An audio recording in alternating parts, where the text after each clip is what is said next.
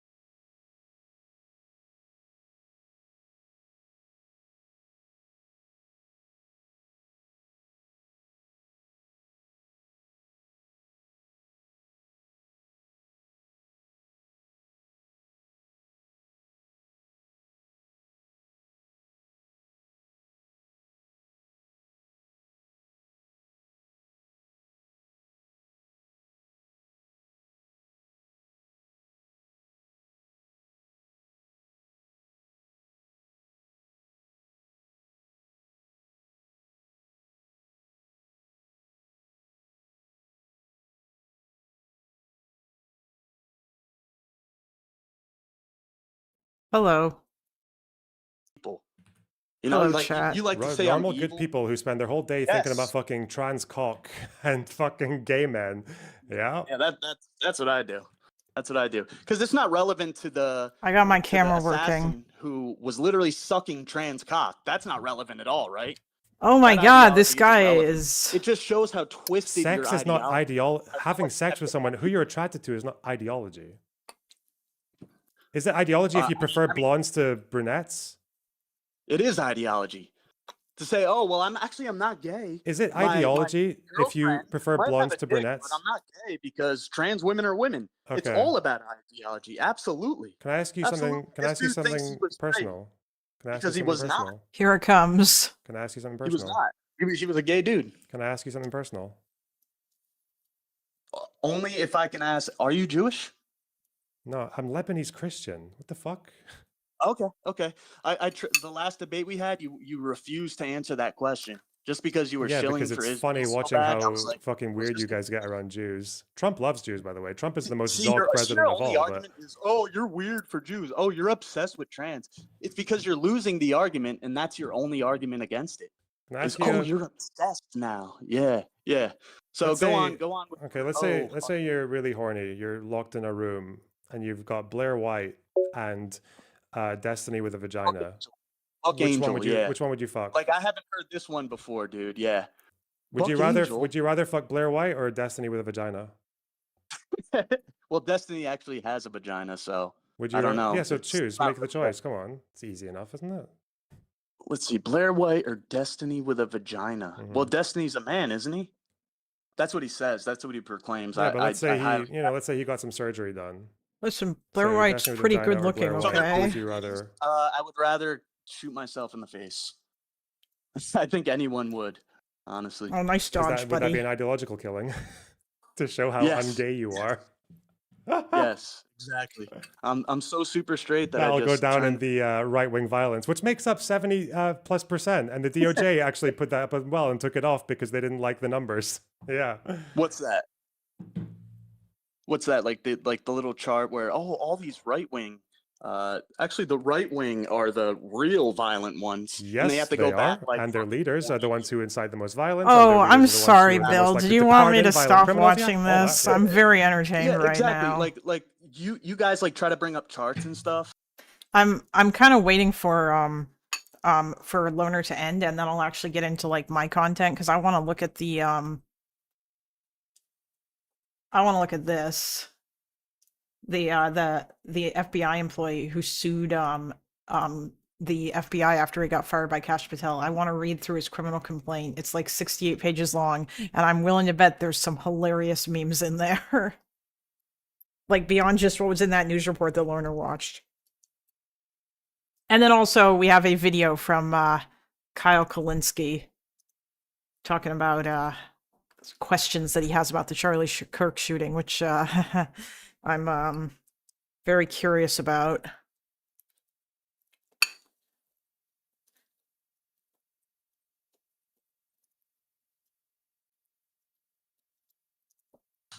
Just to like. Well, these are the DOJ's charts. These are Trump's DOJ's charts. From the Anti-Defamation League, really? No, it's the DOJ and the FBI as well. The FBI as well. The FBI as well. Do you not trust the FBI? Selectively take instances, and the American people see right through that shit.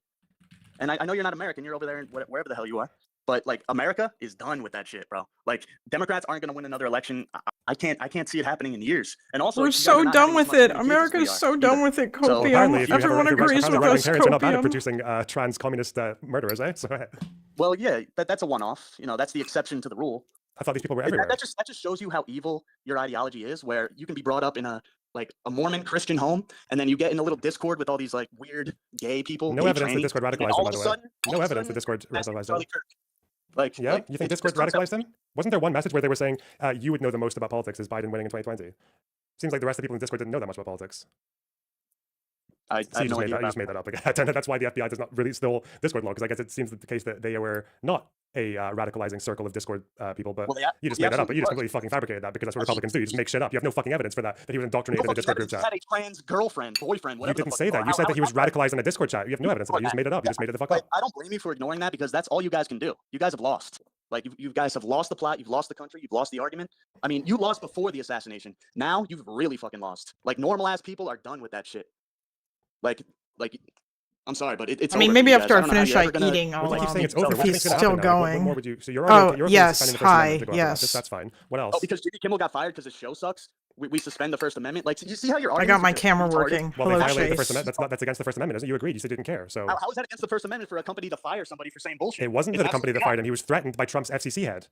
Trump's appointed FCC head threatened him. He threatened the him with company. what? Threatened him with what? They asked him to retract his statement that it was MAGA who killed him, and he refused. They didn't So, ask him. there They you didn't go. ask him to retract the statement. Retract the Oh, what? statement, but he wanted So to telling use his someone to retract a propaganda. statement, that's Yes. that's Yes. and A we'll false fire statement, you yes. and we'll fire you. That's Yes. not First Amendment. Yes. That's It anti-First absolutely is. Amendment. You don't have the right to just have a show where you lie to people, and when they ask you to retract it, your employer wonder how this asks guy you to feels retract it, about, you say, actually, People no. getting banned over Yeah, you're spreading fucking anti-vax fired. shit. See ya.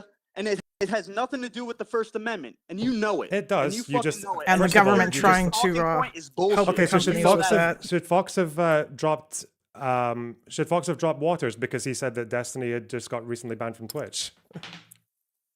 Yeah, sure. Yeah, If he yeah. Oh, doesn't they should. Yeah, retract they should that, get rid no. of Jesse Waters. If Okay. if Fox asked him to retract that statement and say, actually, Destiny was Not banned Fox. from Twitch Not years Fox. ago. Not Fox. If the FCC head I don't care which. says we can go the like, easy way or the we're hard so way, and far you should past change your this conduct and bullshit take action. semantic shit. Like, you have no idea, dude. We're so far past this bullshit, like, semantic. Oh, well, it's actually not Fox, it's the FCC, and it's actually not this, it's Well, that. I mean, It's I'm done. sorry You that guys are the done. structure of the American government Like, matters normal to some people more people than are not others. Yeah, I'm sorry that some people still care about the rules. Yeah. The rules. Yeah. Our biggest free speech advocate in America It's gets absolutely. shot in the neck. Yeah, Kimmel's thing is not. Also, Charlie Kirk, the biggest free speech advocate? Bro, what the fuck? Charlie Kirk was a fucking partisan hack who, like, changed whatever he like, who would change his beliefs in order to shill for Donald Trump. As evidenced by his ridiculous about face on the Iran strikes, that was really fucking funny, by the way.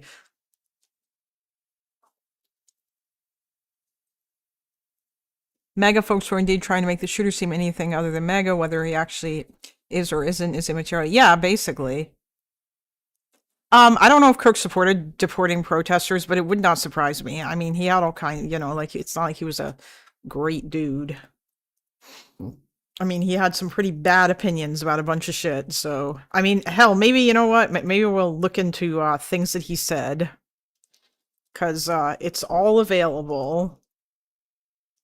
I wonder if they're going to start deleting his old content. So that we don't actually know what it was that he believed or whatever. And you're worried about, the rules. Well, oh my God, Jimmy Kimmel can't lie on TV. That's the First Amendment. Well, that's it's what so Tucker said, didn't he? Yeah, ridiculous. Charlie Kirk would have supported people Kimmel's First who are There's Amendment. no outraged rule by that says you assassination. can't Charlie lie. Kirk would have supported Otherwise, do you think Tucker Charlie Kirk would would have have, supported Kimmel's First like, Amendment defense or Fox no? would have been shut Ask down. answer me this.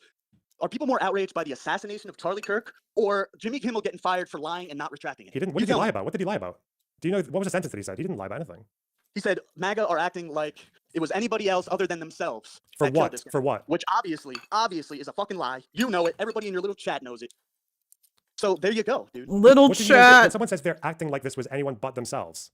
Yeah, that's a lie. When because we it haven't wasn't got the like conclusions from the it was a far investigation. left- I it was a think far that left this trans guy voter. You is know it. definitely... And everybody knows it by now.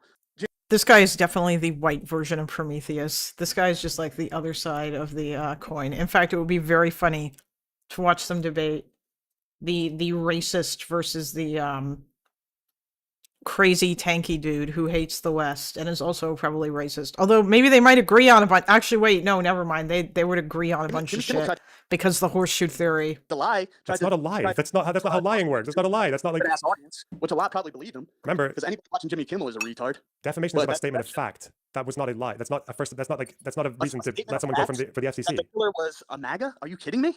Are you joking? No, that's not what he said. That's not what he said. Why? He said that MAGA were trying to make this about anyone other than themselves, which they were. No, they said responsible for this anybody but themselves. Pull it up. Pull up the clip. Let's watch it. Okay. Pull it up.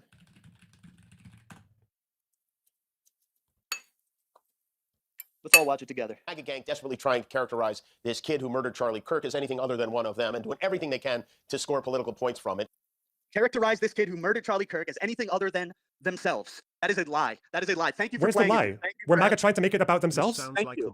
Characterize this assassin. Dude, you can't even help but lie. That's not Like, him your saying. entire- That's your not him entire saying that it was ideology is definitely. just lying. Your entire Where's the ideology- lie? You just played it. You just played it. Yes, MAGA is you kidding? trying to say that this guy was ideologically anything but Yeah. right wing. That's what he's saying, yeah? Which they are. Yes. They do indeed agree on the Jews. That's a lie. He wasn't MAGA. You know it. That doesn't mean he's saying he was MAGA. That doesn't mean he's making a conclusion on him being MAGA. It absolutely This does. is What when are you people are still. talking This is about? when people are still speculating. You fucking idiot. No, it wasn't. This was the Monday after it happened. We already knew he had a tranny girlfriend and he was a far leftist. Catch this. I guess he would be. He would What kind probably. of He would MAGA probably says be that? No the. one. He No would probably. He would be the first ever conservative who wasn't attracted to trans people. That's true. Yeah, that's another like funny meme that you guys say, which is obviously not true at all. It's just one of those things that you just lie about. Do you Just realize like I that said, no your entire defamation? Do you ideology realize is that no lying. defamation suit on earth would ever? You know, Do you realize? men and women aren't different. You know, race is not a real thing. Like your entire ideology revolves around lies, and people are waking up, and it's beautiful. It's beautiful. Why doesn't someone sue Jimmy for defamation? They can if they want to. No, do you think maybe they'd win Trump for will. that Trump quote? Do will. you think for that quote they would win? I don't know. They, why not? Well, it's a lie. I mean, Because it's not something that would pass for removing and that's why someone from a he got fired. position. You're still coping about it, but you know it was a lie. 100% lie. But why wouldn't they win a defamation suit? Because defamation suits are hard to win. I mean, you have to prove the intent. He could feign ignorance and say, "Oh, well, actually, I didn't know at the time." Also because it's So, a no, roundabout like, statement, and because he but was it talking is- about how they were It's good weaponizing enough it for to get political his ass points. fired, and I'm glad Okay. he was fired, and I hope more are fired. Even though you don't care that the head of the FCC is not supposed to just go on a random fucking YouTuber stream and say we can go the easy way or the hard way, and You're right. I don't care at all. yeah, because you're against the Judge First Amendment. Yeah, you're against the First Amendment. Thank you. Yes, I do not care. Like I said, dude, it's done. This is a war, and we're gonna win. Like good always prevails against evil, always. The good guys So- in this case are the ones who are suppressing First Amendment rights when it suits The them. good guys in this case are the ones standing up for Charlie Kirk, who was just brutally assassinated by one of your tranny-loving freaks. Yes, absolutely, 100%. The people actually love America. By ramping We're- up the same kind of insane What? violent rhetoric that got him killed. Yeah, so you just want more of this. You just want more of this. You're just upset that this one happened to one of yours. Absolutely not. I mean, if you guys just You didn't stay give a quiet, fuck when Melissa Horton was attacked, did you? You didn't give a fuck when Josh Oh, Shapiro yeah. was attacked. You didn't give a fuck. You Now, probably, true. you guys probably well, made she jokes was about only that. killed because she opposed the I'll Democrats. be right back. And you're gonna say, "Oh, well, actually, it was a Republican who killed her." Was yeah, it well, not a Walls appointee is a Republican? Really? a what? I don't know about that. There, I don't know about that. There, Chief. Oh, do you think the person Like- who targeted Kirk was a pro-Democrat then? Oh, wait. absolutely. Are you Catch sure? this A fascist? I Democrat? never heard anyone Really? calling anyone But I thought fascist on the far right. left people hated Democrats. They've been fighting with Democrats. They tell people not to vote for Oh, so- Democrats. So now you want Oh, to sliver so and now it's slice okay. the So left I where- see. oh, Yeah. he was actually super far left. I also like the Was he bullshit not? where you Was tried was to that make person him a not far? far Do you think that right person wasn't believer. far left? You think that person wasn't far left? I like your lie where you tried to say like he was a groiper. Like a groiper would say, "Catch this fascist." I don't think he was a Groipers are groiper. fascist. Yeah, but that was a nice, convenient lie you guys tried to pull off. That was convenient. That's probably what. What do you mean, Kimmel you went- guys? When did I or anyone in my community say this guy's definitely a groiper? When I say you guys, I mean the left. Oh, the in left, general. but because you Okay? don't see any difference between Democrats and No, all the other far no. leftists, even though they Not fight with at each other all the time. Not at all. Especially, Why do you- especially like Why do you not care especially- about the fact that these guys are at odds with each other? Why does that not matter to you? Is that not important? Is that like an important detail? Well, actually, yeah, I like moderate leftists better than super far leftists. Is that what you want to hear? Well, you don't get the difference though, Like, because they're you're trying to all- blame He doesn't Democrats understand. for this fucking Everyone's a socialist to this motherfucker. person who You're shot all- Kirk. You're all like worse for the country. All leftists. Doesn't matter far left, moderate left. You're all way worse for the country than the right. So you're The right loves the country. We love our people. We love God. they don't we you don't don't love the fuck- First Amendment though. We don't kill people. You don't we love the electoral process. You don't love the First Amendment. we You love don't the like. electoral process. You don't like the Absolutely. legislative I branch. You don't like when the people judicial talk branch like- either. This guy 100% thinks the 2020 election was stolen, and he thinks that January 6th was probably okay because this guy is a fucking bot. And he basically just is clearly, he's either a troll or he is like the classic example of like mega idiots. Like just like a mega fucking bot person. Really, because Trump process, goes against them all the and time, that's why you saw January 6th. We don't like when people fuck with the electoral process. which was We never don't found like to be when true. there's- Never. Trump lost every fucking case. He got completely fucked. Oh, hey, there it is. Even when they looked at the facts, more than half of those 60 cases, they looked over the facts and they still threw it out. Fuck And that. 2024, Nothing. He had Trump fucking won in nothing. a fucking landslide. A You don't think landslide. that has anything What was to the do popular with, vote? What was the popular vote January again? A landslide. What's a landslide look like to you? 6th? A landslide meaning he won fucking the popular vote and the electoral vote, and he won by a lot too. Even though you guys tried to cheat, he won by a lot. I won by a lot. Big league. What was Jesus how many votes Christ. did what percentage of the vote did Trump get? What? What percentage of the vote did Trump get? Well, before they started like stacking up. Oh, before before all the fake ones that you'll never be able to prove or find. Yeah, okay. Yeah. Absolutely. Did Trump get more or less than 50% of the vote? What do you get? Like 49%? 49.8. Kamala got 48. This guy thinks that they faked it, but they just didn't fake it all the way, I guess. I guess we just like decided, fuck it, we're just not gonna bother, and we only like went halfway or something. What? That doesn't 0.3. That's a landslide to you? 49.8. Oh my God. Well, why'd you call that a landslide? It's not exactly Reagan, is it? It's not exactly Reagan's Some victory. people voted for Jill Stein like It's that. not that makes- exactly. It's not exactly Biden 2020, is it? Biden won by 7 million votes. Giga Chad. Yeah, and exactly. You'll say that, and at the Fuck exact same me. time, and to say like, oh, there was no fraud or fraudulent shit in the 2020 election. Look, Biden won by 7 million votes, even though he didn't campaign at all and stayed in his basement. Yeah, because Like, Trump shouldn't have been such a fucking retard on COVID. Yeah. You just completely ignore reality and just hope, oh, nobody's gonna notice.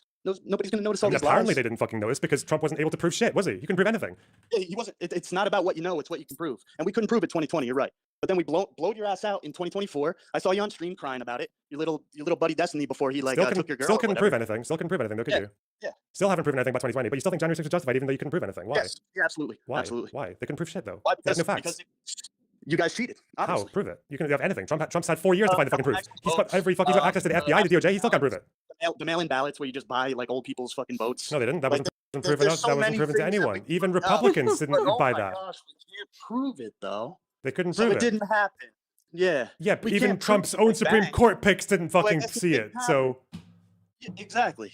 Like you see how your logic is flawed there? yeah, your proof just goes to a because different it's true school. That's doesn't why. mean it Yeah, didn't happen. your proof is like the fucking girlfriend who goes to a different school. Yeah, I know. Yeah. Exactly.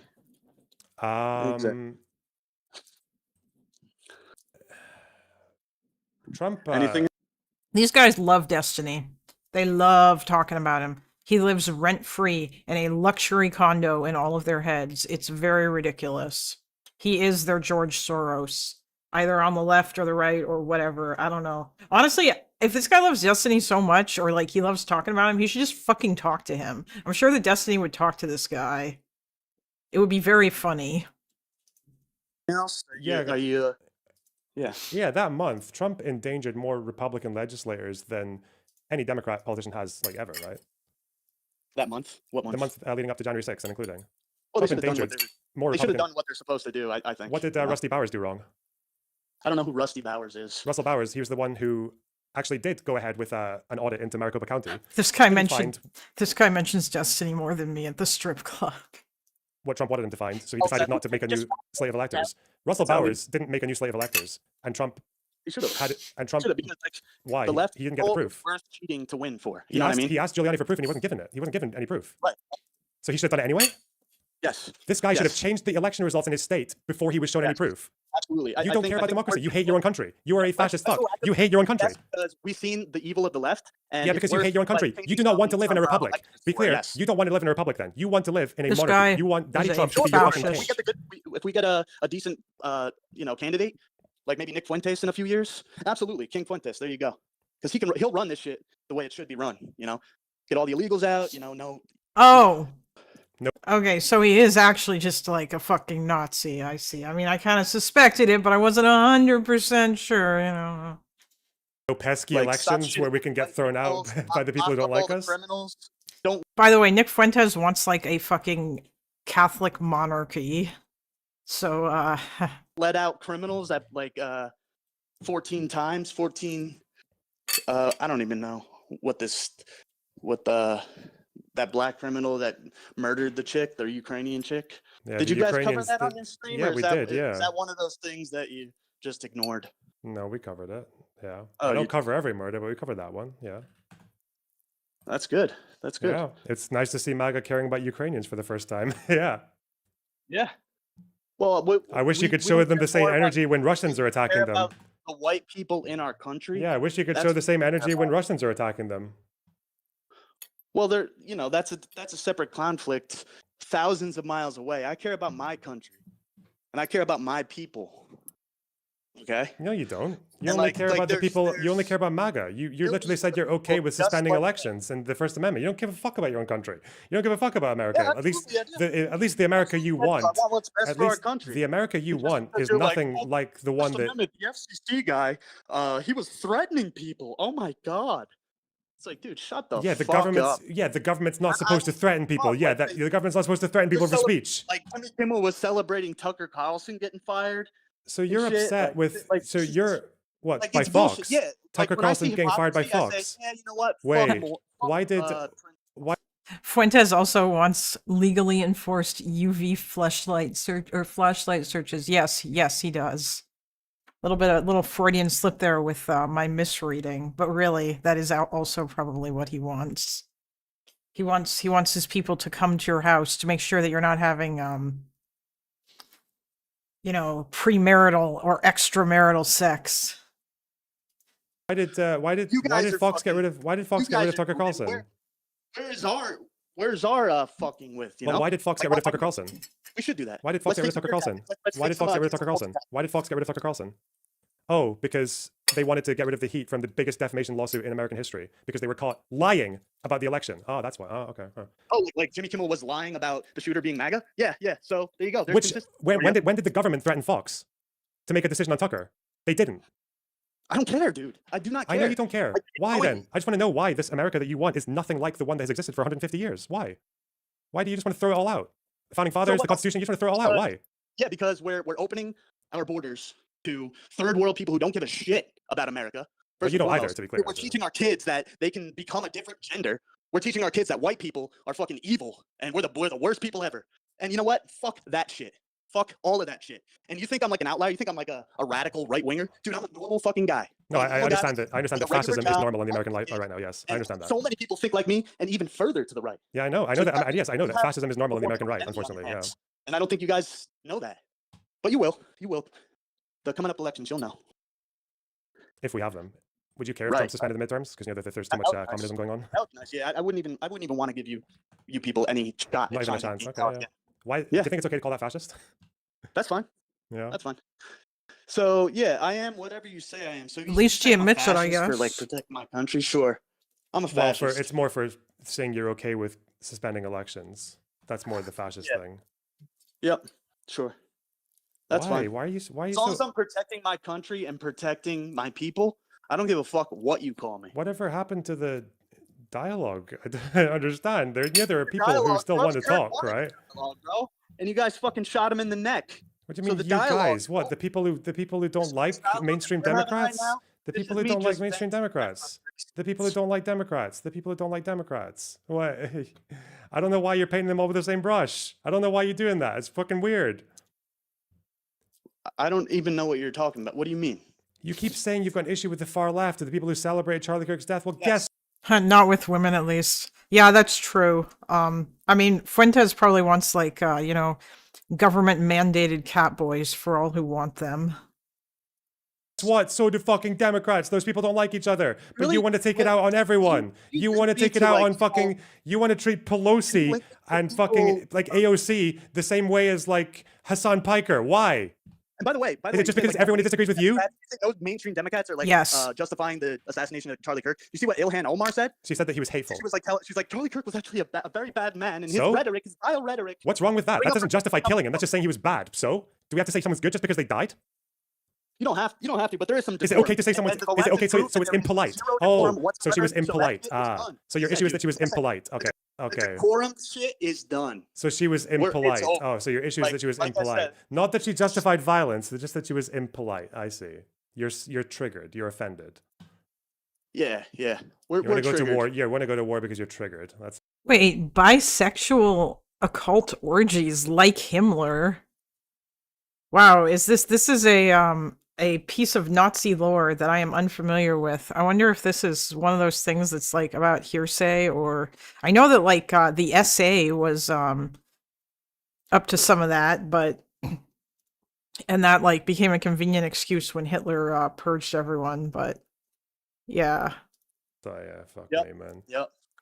I mean it probably was, but yeah, because there were a bunch of rumors about the Nazis all being like gay and stuff. That fucking waste Absolutely. of a country, man. It's so sad. Waste Like of it's a so country fucking where you're sitting over despicable. there- It's you're so sitting over fucking there miserable, fucking man. Scotland where your women are being raped by fucking third world Muslims, and yeah, we're a despicable country. Fuck off. Most people who Yeah, rape like, in the what the UK fuck are is white, my that? friend. But the majority, the represented majority of rapists in the UK are white. Sorry. Oh yeah, yeah, I believe that shit because you guys just you fucking ignore all the fucking migrant Muslim crime on fucking young girls. We You don't. just How do put you that know to it? the side. How do You you? would How do you know we rather ignore it? arrest Tommy Robinson, who was calling this shit out, than actually fucking arrest a migrant. Tommy who Robinson raped- didn't call anything out. Tommy Robinson turns up at court cases right at the last minute to take credit for victims who had the courage to stand up to their abusers. Tommy Robinson is a fucking freak. Tommy Yeah, Robinson almost Himmler fucking was into almost weird Tommy occult Robinson shit. almost He destroyed shines a court light on case. this fucking shit country. He Tommy shines a light Robinson almost destroyed a court case Yes. because he wanted to take credit for victims who had come out against their abusers. Did you know that? Did you know that he almost crashed a court case and almost got the Did you victims see- fucking ruined because you see- he tried to take credit for Almost it? got the victim's case thrown out. Why? Because fucking the UK's court system is fucked. and No, you can't say because he turned anything. up at the building and fucking harassed people and shouted at people, which you're not supposed to do because it can No, he compromise the told- trial. Hold on. He told the truth. He told didn't tell the to truth. people, and that earns him fucking months in prison, right? He 'Cause didn't tell the truth. He rioted outside a fucking building. You're not supposed to do that. That's all he does is tell the truth. I mean, he lies all the time, and he also fundraises for his fucking coke habit. That's what he does. Lies all the He lied about the riots as well. Yeah, he said that killer was a fucking refugee who came in a small boat. He wasn't. He was second generation. He lied. He tried to lie in Scotland. He tried to say that there was a Muslim murderer in Scotland, and the fucking Glasgow police had to lie literally for put up second fucking generation. pictures and say this guy's white. Close He tried to Close enough. incite a said, riot done- in my done country with the minutia. because he We're done lied. with that minutia shit. Oh, he was second generation, so you know what? He's a liar. No, fuck that shit. It was a fucking Muslim, and he fucking raped a fucking white woman, and we're done with Oh that. yeah, I need to read didn't more even- about the you didn't even know Nazi what- you occult didn't- okay, stuff. you didn't Mass even- migrating fucking rapist. You didn't even know what the kid Okay. did. You didn't even know what he did. Okay. Why did Tommy Robinson Well, I lie don't know about which one the? you Why did Tommy Robinson lie There's about so the? many. Why did There's Tommy so Robinson? many fucking Tommy Robinson. migrants that Tommy rape. Robinson So, lied about a I don't stabbing. really know which one you're alluding to. Tommy Robinson lied about a stabbing in Glasgow and said it was the guy who did it was a Muslim with no evidence. He tried to start a riot in my country with no evidence, and the police had to show that the guy was Well, white. maybe there should be more riots. Maybe you shouldn't fucking put up with I that thought you were bullshit. law and order, you fucking loser. What's wrong with you? You want riots now? Yeah, law and order when it comes to our people, but when other people invade us and fucking When rape a our white women, guy, when a white guy stab stabs a people, fuck woman, that when a white guy stabs a woman, we should and blame it on the especially when Muslims. UK What? doesn't do shit about it. The UK fucking arrested that girl with a knife and a cleaver because she was defending herself from a fucking rapist. You guys are so fucking ass backwards. It's fucking ridiculous. Aww. You think we guys should have fucking run riots? cover You just for justified a rapists, you just violence, justified a and then riot. treat your own people like shit. You just Aw, justified a baby. fucking your president is You a see that fucking big ass, rapist. Your you see that president big ass fucking march raped someone that with his Tommy Robinson fingers. put on? What? Millions of people. Millions of people. Millions Yeah, who of counted people. that? Who counted millions? Oh yeah. Yeah? Exactly. See? You see how See? Tommy See? keeps changing the number? He said 100,000 Exactly. first, then he said 200,000, then he So said you're 3 gonna lie million. and say oh, it actually wasn't millions. It wasn't millions. Every time you're backed into a corner, you're like, actually, it was only 980,000. It was Like, less than 200,000, your but arguments suck. They're all over the place. It's just lies. It's just why lies. did at you the end. realize? You Yeah. realize that Tommy gave 3 different numbers for that protest, from Oh my God. 150,000 to 3 million. He gave Like, 3 different numbers. Like more people couldn't have come, and he couldn't have gotten more information on how many people were there. no, he he just lied. gave He just made it the numbers. fuck up You just because, and think- you're okay with that. Yeah, Like it's ridiculous. it's ridiculous It's to call rid- people out for almost lying. impossible. Like, Oh, baby. You're like a moderate, and it's almost impossible to talk to you because just the bullshit that you come do you up think? with. So do you? Like, Okay. the Do you think? arguments Wait. come Do you up with think? is- Do you think it's like splitting? Do you think when he lied about that stabber in Glasgow and said that he was a Muslim? Do you think that was okay to lie about? I'm not even gonna believe you about that because I have no idea. You lie about so much shit that I What don't have I even ever believe you. lied Trump to you is about, a- you fucking retard? What have I ever lied to you about? Bunch of shit. Trump is a discourse rapist. And so is this guy. Aw, hi.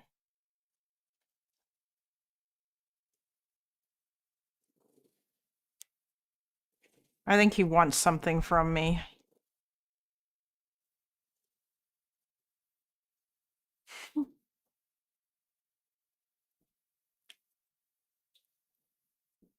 shit, dude. What?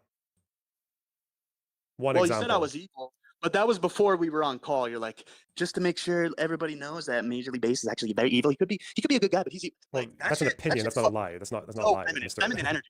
I mean, you are evil, dude. You're a fucking fascist. You support like dictatorships and shit. You want to take away other people's rights if they're not your people.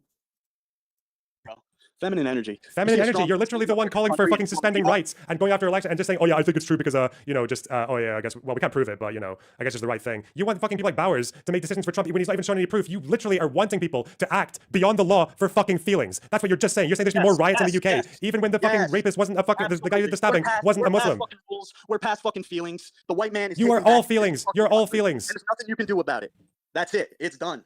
The This is some people good in this world are content. gonna win, and you guys can fucking fuck off. You can find another hobby, but politics isn't it. Maybe go live in Israel. You love them so much. Or I can live in the UK, I guess, you know, where we still have freedom of speech. Fuck me, man. Dude. Yeah, the most arrests out of any country for online content. The UK, yeah, you guys have free speech. That's what's funny too. You argue for free speech, but then like you live in the worst shithole for free speech imaginable. So like, which Where is did you hear that we have the most offenses for online, the most arrests for online content? Most arrests. Look it up. No, that's just not true. Look We it up. don't have that. Well, yeah, it's not good for your stream. We if you had look it for that up. people. We had it for people in the Maybe fucking don't look that riots up. because that won't look. what? I said maybe don't look that up. It won't look good on your little stream. I'm looking it up right now. It's fucking false. Mo- You're a most liar. arrests Like you're a liar. for You're online- just full of shit. I know you're getting this. You're just getting all this from fucking Elon Musk's fucking cum drip feed on Twitter. But yeah, whatever. Oh, I don't Elon know. Musk's another great man. And do you want to maybe tell your side to stop calling for his assassination too? Because if that Again, happens, it's not my side. I- It's not my side. What? Why do you always cower away like a bitch every time I say your side? Because does I fight something? with these people. How Because I about fight you with these fucking people own it? as much as I fight with How about you. own it? What's with the feminine energy backing off? Why are you trying to use my Talk about insults a against me? You're just pussy. copying my insults now because I've called you out for obsessing with trans people so much? I'm showing your hypocrisy. Like It's you not say I'm obsessed hypocrisy. with trans people It's because not I say, hypocrisy. Oh, Charlie Kirk's assassin had a trans girlfriend. Oh my God, you're obsessed with trans people. But every time I try to call you on something, you back off like a bitch. Why don't you own it? Own your shit. What, when you try to accuse me of being allied with people I'm not allied with? Well, you were allied with him up until I guess he took your girl or something. You're talking Imagine being about far caught by left people. destiny. What are you talking? You don't even know the facts about that either. Imagine You being fucking caught idiot. by You don't destiny. even know the facts of That's that story fucking either. Like hilarious. everything you're saying is fucking Oh false. my God. And that actually. I'll give him a minute. He needs to let off some steam. You ever been more?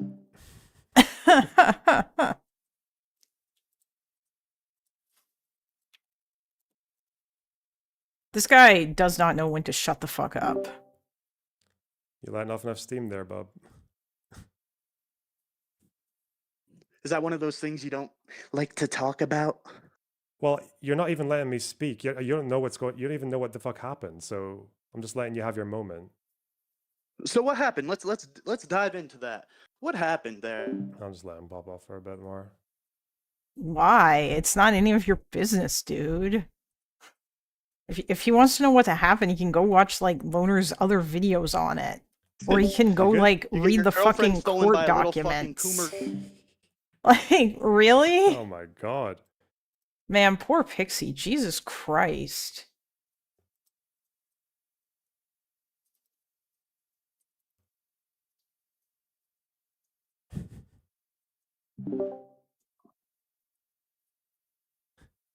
Are you okay? Are you okay? Yeah. Are you having like flashbacks? You didn't say anything after, so I'm guessing like in your mind there's like flashbacks. There's Destiny's dick going into your girl. No, I'm not as and you're insecure as seeing you. her. That's You have a okay. I'm just 1,000 wondering if you want to like talk about 1,000 anything. miles, Okay. Okay, whatever. He can go his own way. That's fine. Holy shit. Huh. Ooh.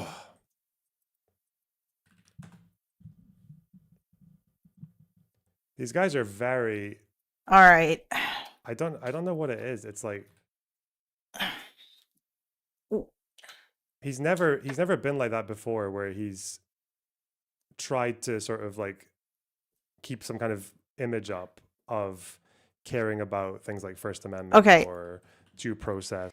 I am going to feed the cat, and then we are going to read this thing.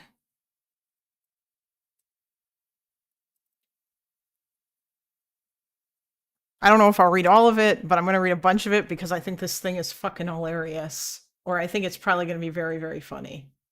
And I also want to watch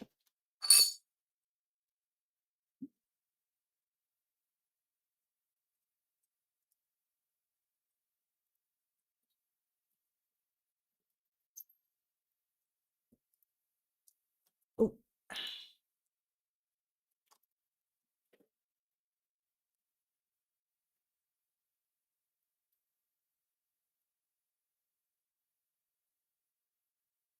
Mr. Kulinski has some questions. I wonder what those questions are. Will we be jacking off here? Is he just asking questions? Yeah.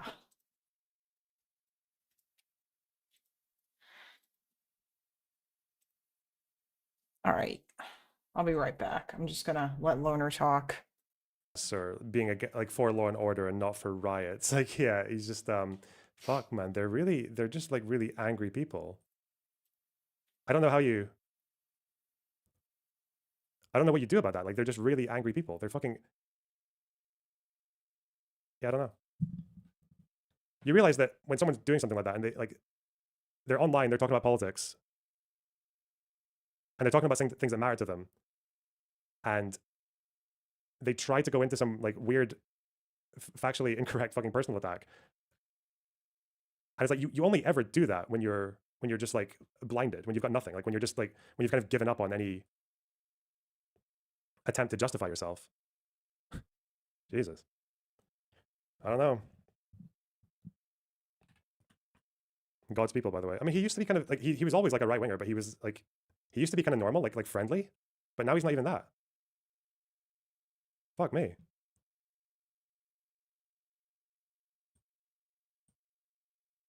Dude. Ooh. Ketamine. Yeah, he used to be funny. He would like tell jokes and shit, but now he's just that's like a fucking villain's origin story. Yeah. I guess it's just because like obviously with Charlie Kirk, he obviously not away longer than I would have. Major props. He obviously believes Charlie Kirk was like a hero and shit, and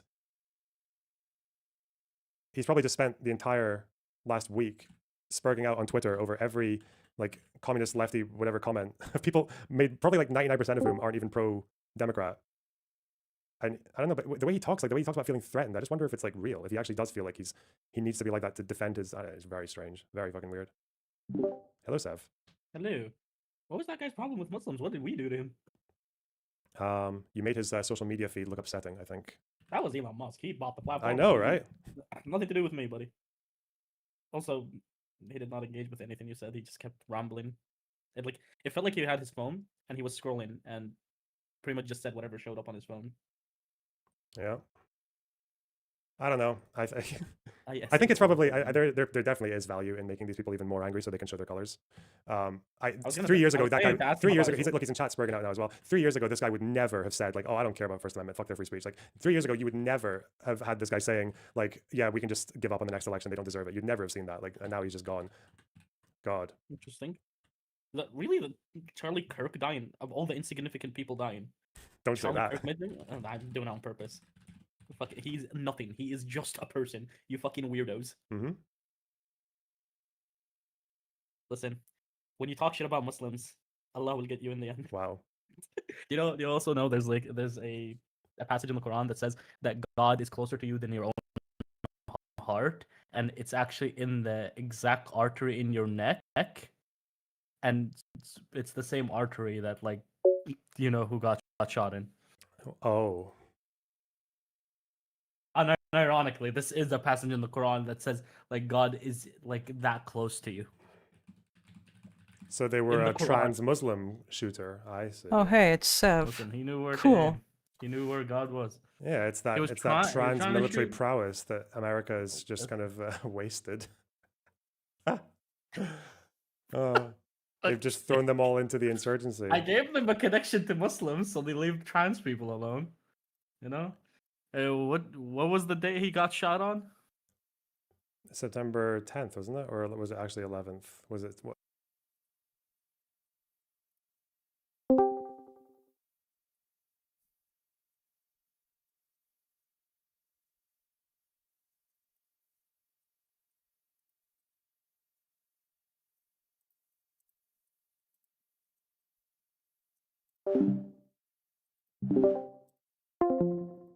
The fuck is wrong with my Discord?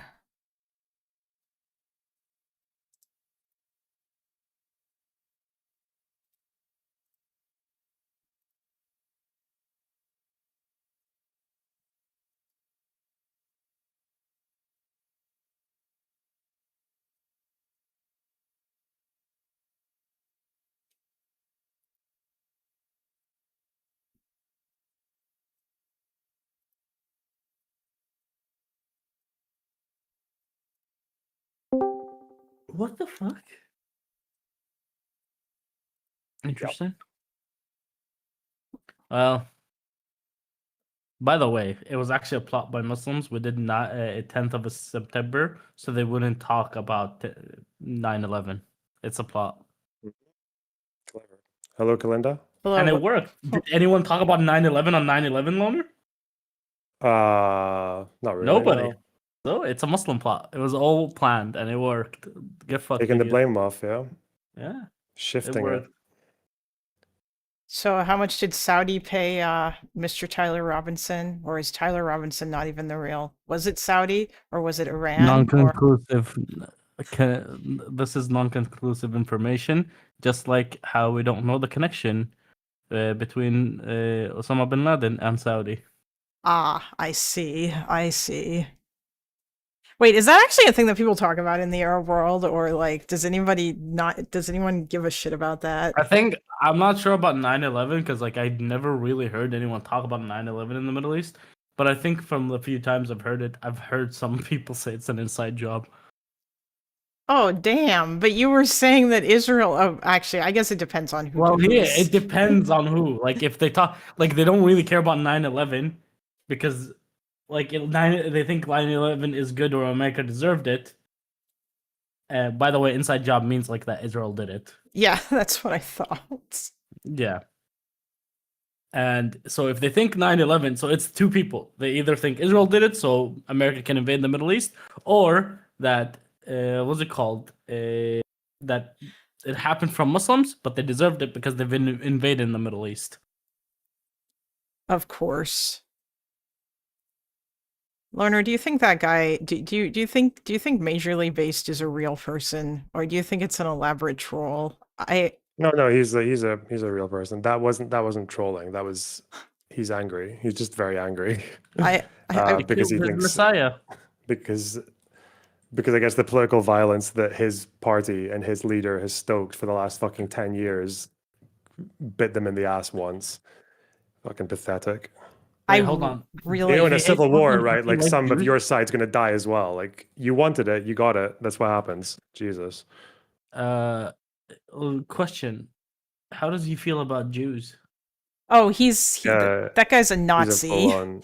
Yeah, he's a full on like yeah. Wait, hold on. Isn't Nick Fuentes like the same type of rhetoric, but like he doesn't fucking really care about Muslims? Nick but Fuentes he's has praised the Taliban, by the way, for the way that they treat women. Women, exactly. Yeah, that's why I thought like he doesn't really care about Muslims. He just like laughs at how they treat women. I think that Fuentes like doesn't care about By the Muslims way, as long as they're not in he's his like- country or something. I don't I'm know. glad I had the self-restraint not to come and rage bait him because it is a common theme for unfortunately in the West for Muslim men to have fun around like white women and then get married to their like to a Muslim lady like after they've already slept with like hundreds of women that are white. And I wasn't gonna bait him with that, but I had self-restraint. Because he was clearly very fucking like disturbed by the fact that Muslim men and like white women, he just like kept bringing that theme up. Yeah, let's not talk about Tyler Robinson's real name. Listen, I'm gonna watch some stuff. Okay. Oh, you're not Yeah. ending. Interesting. Well, I'm gonna watch this Charlie Kirk dolphin thing. Oh, that The that was fucking bruh. that was so 100%. good. Yeah, Okay. enjoy it. That shit's without a doubt. Yeah. Anyway. Well, chat, after Loner finishes streaming, if y'all want to come and watch me, I'm doing some stuff. It's KALIINNDA. God damn it, I need to get better at selling myself. Yeah, I'll Anyway. raid you anyway. Don't worry. Bye-bye. Oh, thanks. Cool. All Okay. right. Have a good one, buddy. Bye-bye. Okay. As much as I want to keep watching the dolphin shit. Ah. Fuck. Okay, cat. I gave you food. Do you want me to like bring it to you and put it on the desk? Is this what we're doing right now? Is there something specific that you want from me?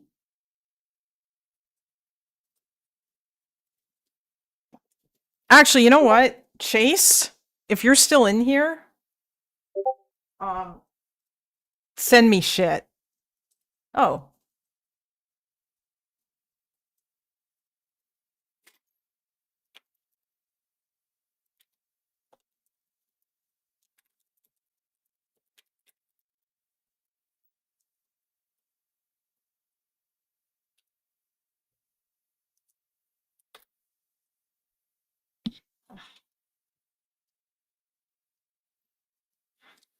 Ah. He's being very insistent. I'm not exactly sure what it is that he wants, but you know, he's a cat. Where's the? Yeah, I mean, by the way, Chase, if you give me Vouch shit to react to, at least please make it be recent shit. Like, I don't care about stuff that he said like a bazillion years ago. But I would really rather it not be that. Because it's all just the same shit.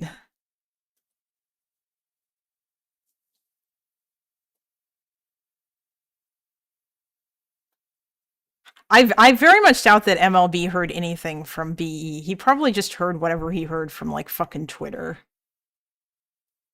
Oh, Hassan. When he was trying to do this change my mind no. thing.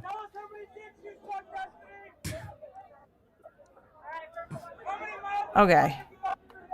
Not half as many as you, sir.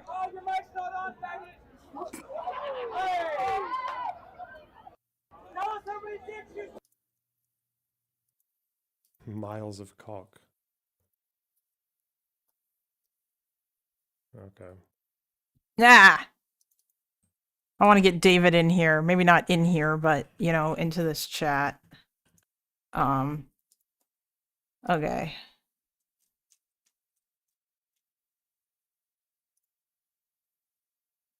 Ooh, so who have we got in here? So we've got Kash Patel. Okay, so there are three plaintiffs in this suit. So it's not just Driscoll. There's also Stephen J. Jensen, Spencer L. Evans, and then we've got Kash Patel, and the FBI, and Pam Bondi, of course.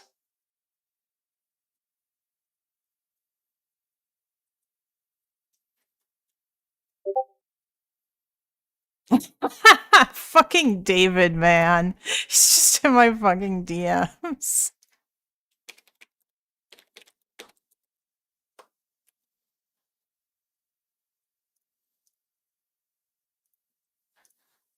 Executive Office of the President. I'm surprised Trump is not named in this, although I suppose Executive Office and the United States of America. Yeah, okay.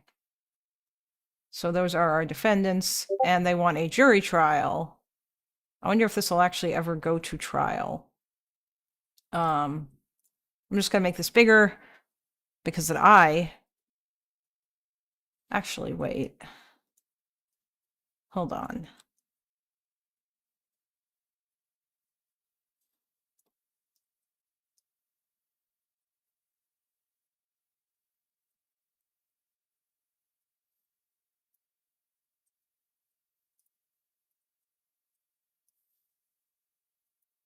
There we go.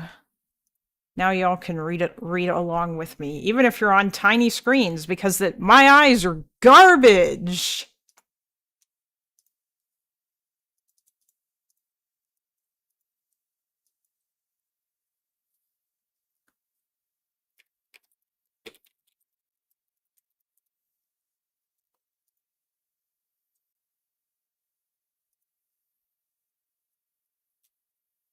Oh, thank you, Chase. Yes, I will, of course, be looking at that eventually.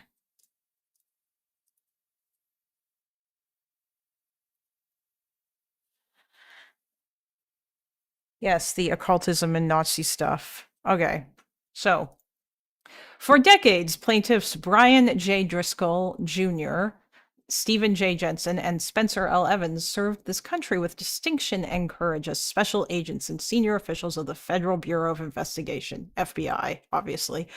Over the course of their remarkable careers, they prevented terrorist attacks, rescued American hostages, saved children from predators, and disabled violent gangs. Each day of their service was dedicated to protecting the American people and to fulfilling the oath they took when they joined the FBI to support and defend the Constitution of the United States and to bear true faith and allegiance to the same. Plaintiffs' commitment to these higher principles compelled them at all times to perform their duties free of political bias or influence, as per the Hatch Act, yes. This same commitment galled defendants who initiated a campaign of retributions against plaintiffs for what defendants deemed to be a failure to demonstrate sufficient political loyalty.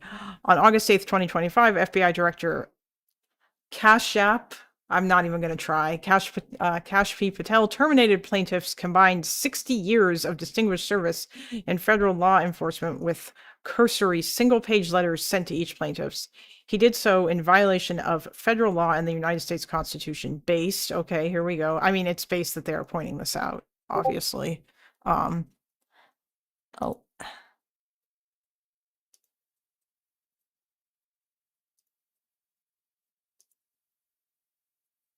Really? Oh, okay.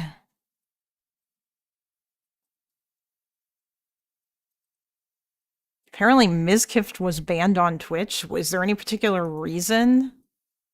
Actually, I guess we'll just wait for him to say why. I mean, it was probably not something political. I don't think he usually does political stuff. Patel not only acted unlawfully, but deliberately chose to prioritize politicizing the FBI over protecting the American people.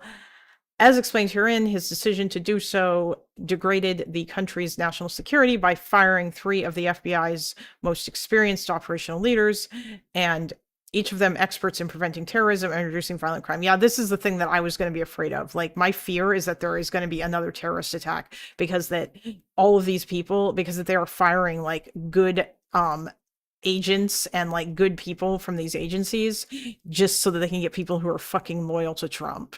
And like, I worry that the result is going to be like bad shit's going to happen because they didn't see it coming. And like, maybe to a certain extent, that fear might be somewhat justified on account of the fact that they have not done a good job with this fucking Charlie Kirk shooter investigation. Holy shit. I sent an MR clip from 2 days ago. Oh, okay. Yeah. We'll see about that. Oh, also, I have a Discord, guys, that is linked in the description of this stream if you want to join it. Although we might do other stuff. I don't know. Or I can just check the stream suggestions in Loner's Discord because he's probably not going to be live tomorrow anyway. And I might check to see what all is in there if there is anything. Charlie Kirk deleted this debate with a vegan. Oh god, fucking vegan debates, man.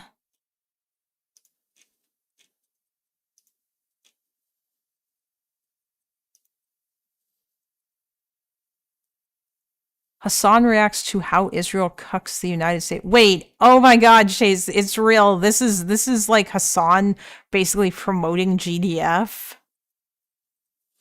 I'm willing to bet that Hassan's reaction to this video is basically just him eating a lot. Okay. Patel openly acknowledged the unlawfulness of his actions. On or about August 5th, 2025, in a conversation with Driscoll, Patel plainly stated the reasoning behind his firing of FBI employees that Mr. Driscoll sought to defend.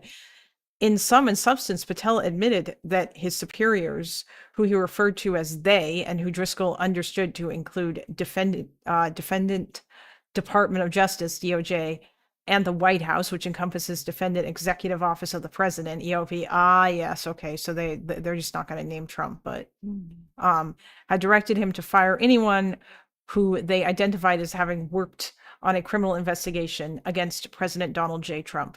Patel explained that he had to fire the people his superiors told him to fire because his ability to keep his own job depended on the removal of the agents who worked on cases involving the president. Patel explained there was nothing he or Driscoll could do to stop any of these things because the FBI tried to put the president in jail and he hasn't forgotten it. Jesus Christ. Driscoll indicated his belief that Patel's reference to his superiors meant DOJ and White House, meant DOJ and the White House, and Patel did not deny it. Okay. So, I mean, obviously this is what Driscoll is recounting here, but honestly, it would not surprise me. And based on everything else that Trump has said, it seems very unlikely that, and plus, like, if they have discovery in this case, then all of that shit will probably come out. Because if they subpoena, like, Kash Patel's private communications and any of this other shit, it's very likely that he has probably spoken about this stuff in text messages.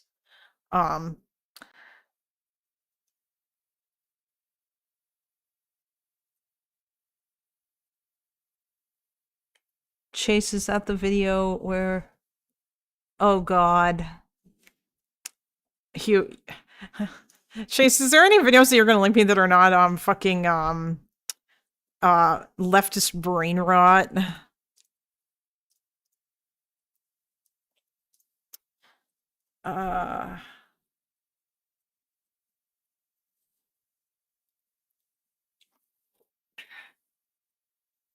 Okay, Mr. Kitty.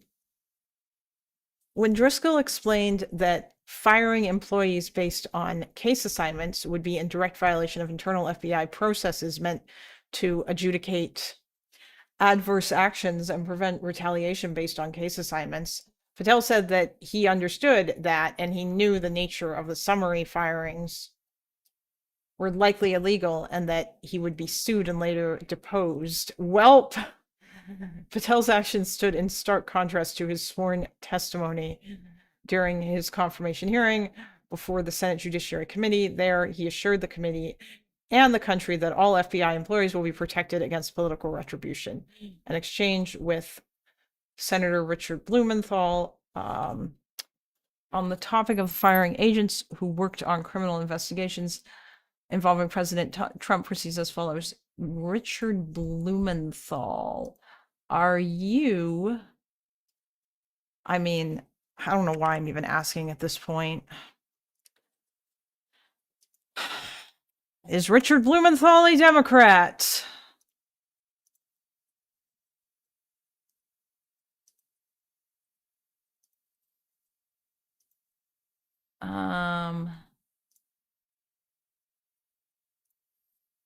Why is this huge?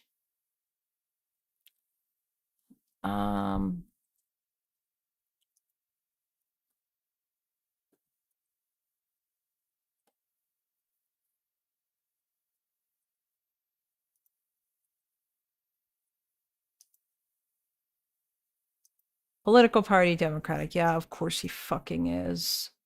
No Republican would ever actually ask this question.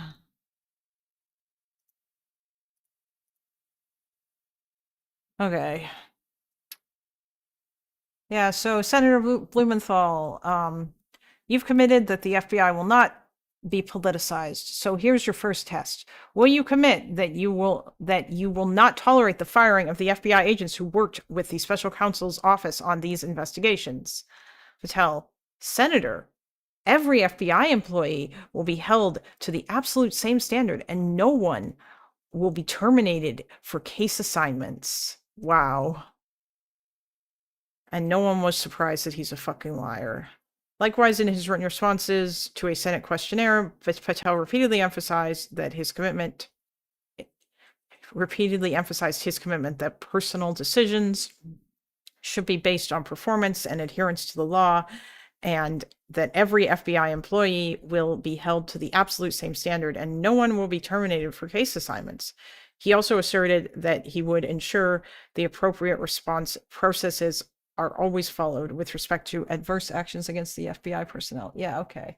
So explained herein, Driscoll, Jensen, and Evans were the targets of defendants' retribution for their refusal to politicize the FBI, and they seek to vindicate their constitutional and legal rights. This vindication will also serve to illuminate and protect the rights of all remaining active FBI employees to be free from coercive and political demands by defendants. Okay.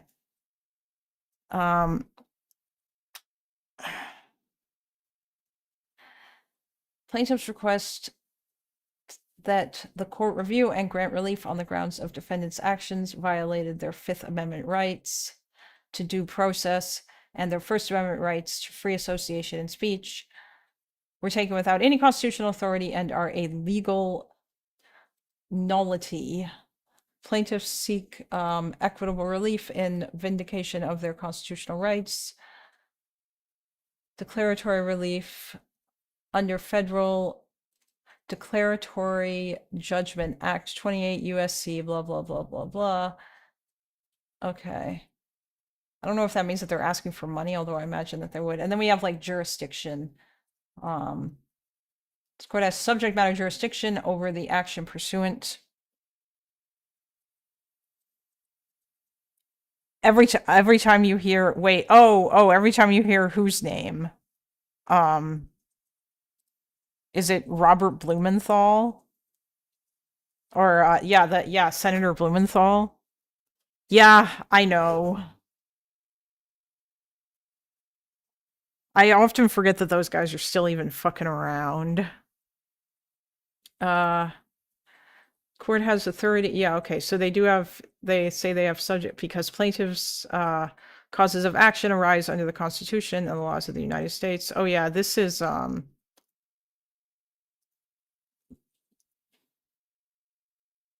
this would be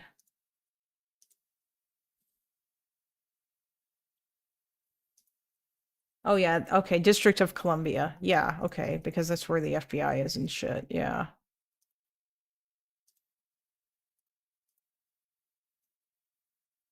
Wait, what's going on now? His answer has been consistent. I must pony up thousands. Andrew Wilson, that is correct.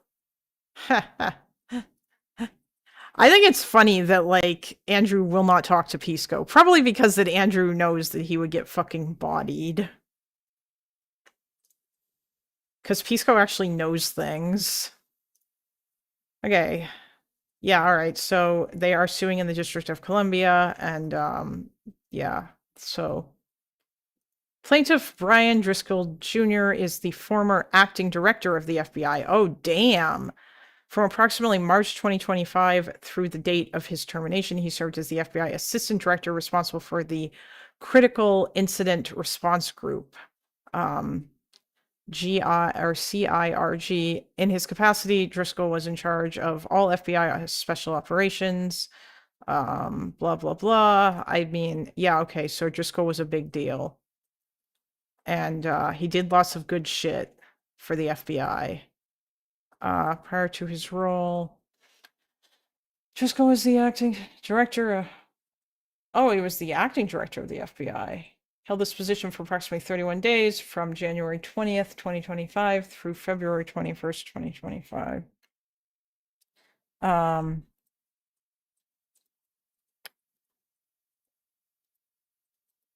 In this role, Driscoll worked closely with FBI leadership. So this guy wasn't just like some random nobody. He worked on a bunch of shit. Before Donald Trump's January 20th, 2025 inauguration, Driscoll was the special agent in charge of the FBI's Newark field office. Before that, he had been serving as commander of the FBI's HRT and section chief of CIRG's tactical section, blah, blah, blah. Driscoll entered duty as special agent. Oh, it's since 2007. God damn. That is a long ass time. All right, so Driscoll was a cool dude. We understand. Obviously, they have to like establish that he has a long and storied career at the FBI and that he distinguished himself in order to like, you know, got to present the overall character of their witness. And they're probably going to do this with, yep, yeah, they're going to do it with all of their guys here. So, Stephen J. Jensen is the former assistant director in charge of the Washington field office. Yeah, so all of these guys had high rankings in the FBI. He joined as a special agent in 2006, and they've all been here for a long time before his unlawful firing. Yeah, he spent nearly 2 decades. 2012, yeah. Blah, blah, blah. Yeah, I just want to get to the evidence that they present in here. 2023. Oh, Jensen used to be a cop before he joined the FBI. And he did really well. Okay, yeah, so like we were saying, all of these guys. Plaintiff Spencer L. Evans served in the FBI for over 20 years. Damn. The time of his unlawful firing, he was on administrative leave and in the process of transitioning. Jesus Christ, this is how much like conservatives have just like completely fucked with like just like their fucking trans obsession, man. God damn. Okay. So okay, so Evans worked on narcotics, white collar and terrorism investigations.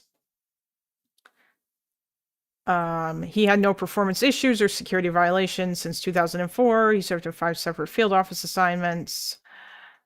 2011, he was assigned to FBI headquarters as supervisor for the organized crime. Yeah, so like I was saying, all of these guys were like they all had like leadership positions, or like they were like in charge of stuff. In the months leading up to his termination, he oversaw the FBI investigation of the January 1st, 2025 Tesla Cybertruck bombing in front of Trump International Hotel in Las Vegas. Tesla Cybertruck. What? Did I hear about this? They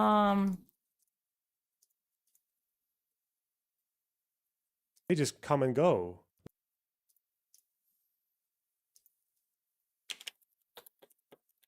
Tesla Cybertruck bombing, Jan 2025.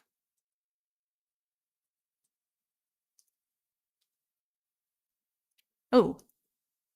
All right, play it.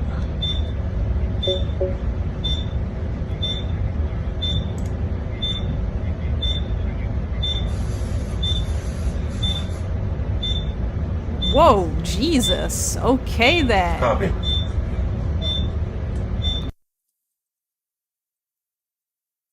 As the New Orleans Tesla attack, goddamn, you know, it's really funny. All of this shit feels like years ago, but it wasn't. It feels like Trump has been in office for so long, and we're not even finished with his first year yet. And like, yeah, the other being the truck explosion was one of 2 vehicular attacks that occurred in the United States on the first day of 2025, the other being the New Orleans truck attack hours earlier. Authorities consider the 2 unrelated. Okay. Was this also on a Tesla?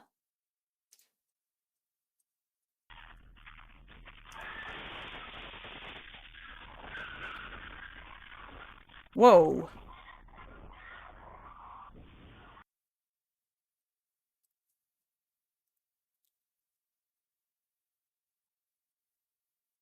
Oh, this was someone driving a truck. Okay. Yeah.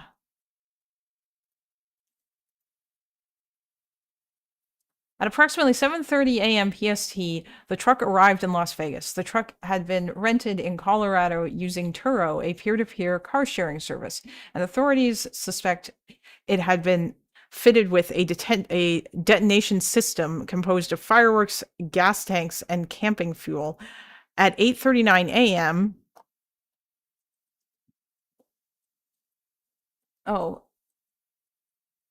Oh, it was a veteran who had been radicalized into Islamism, the New Orleans attack. Okay, yeah, that's like a completely separate thing. I don't even remember that either. Jesus Christ, there's been so much shit.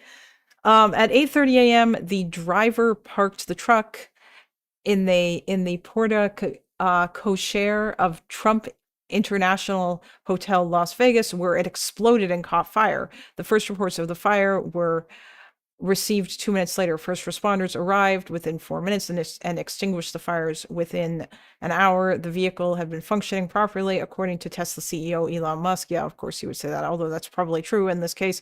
The explosion caused limited damage to the vehicle and did not break the glass doors of the hotel's lobby entrance. The hotel was evacuated with most of the guests moved to different locations. And unfortunately, oh, okay. Only the only one who died was the perpetrator. Well, I mean, obviously it's not good that if anybody dies, like, but it looks like he fought with the cops, and there were 7 people injured. Who was the perpetrator?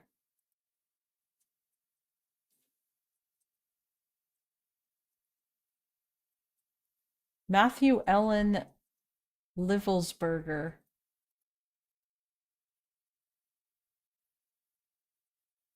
1987, damn. He was younger than I am. Oh, he was from the US Army Special Forces on leave.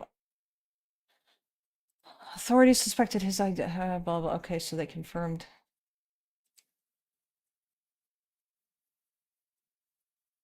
Political moderate but leaning conservative, incredibly intelligent and never mean. She stated that they broke up. He was not interested in. His military tour in the Middle East resulted in untreated symptoms of depression and that led to behavioral changes, including isolation. He did not seek treatment due to the stigma against special forces soldiers seeking such. This is a really big problem. He was raising an 8-month-old daughter, and according to his father, it seemed normal when they last spoke on Christmas Day. He was previously placed in a new assignment, blah, blah. Okay. So it sounds like this guy was suffering from like severe mental issues, and he probably saw some shit when he was in the Middle East rather than this being some politically motivated thing. But okay. Anyway. Wow, goddamn, this guy is on that collection or connection shit. All right.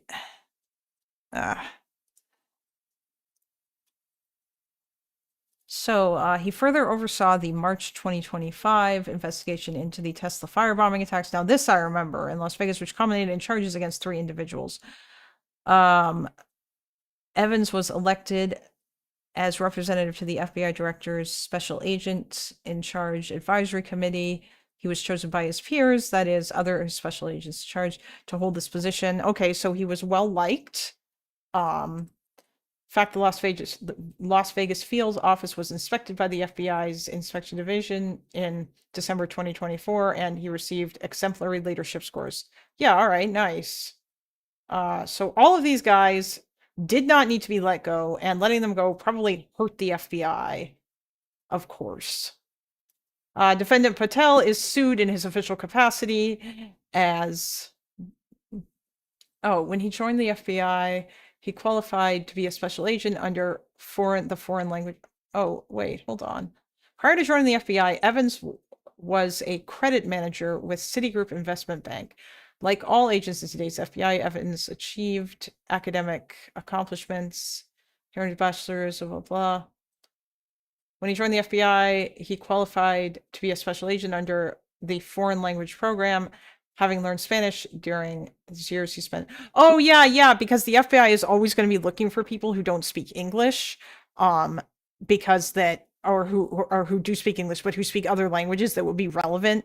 And obviously Spanish is going to be one of those cases, in terms of like any operations or things that they might have going on in South Africa, and also like, I imagine Arabic probably not as much today, but it probably was like a big deal like many years ago. Just like you know, back in the day, being able to speak Russian would have been a good in to get you into the FBI.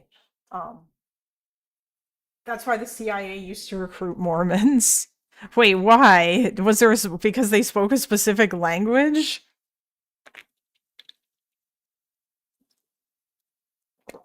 Was it Spanish? You know, Mr. Kitty, there is food. It is over there. You have not touched it. Instead, you have just sat here and been a little shit this entire time while I attempt to stream. It's very unfair. You are you are misbehaving so much right now. Okay. All right, Defendant Patel is sued in his official capacity as director of the FBI. Yeah, obviously. Defendant FBI is subordinate component of the DOJ. Defendant Pamela J. Bondi is sued in her official capacity as the Attorney General. Defendant DOJ is headquartered. Defendant EOP is headquartered in Washington, D.C. and is the agent of the United States. The defendant United States of America is responsible for the exercise. Blah, blah, blah, blah, blah. Facts. Okay, here we go. The time of President Donald J. Trump's January 20th, 2025 inauguration, Driscoll was the SAC in the FBI's Newark, New Jersey field office. Jensen was the SAC in the FBI's Columbia, South Carolina field office. Evans was the SAC in the FBI's Los Angeles, Nevada field office. At some point, oh my God, cat. Okay. Hey. Food. It's over there. Hold on, guys.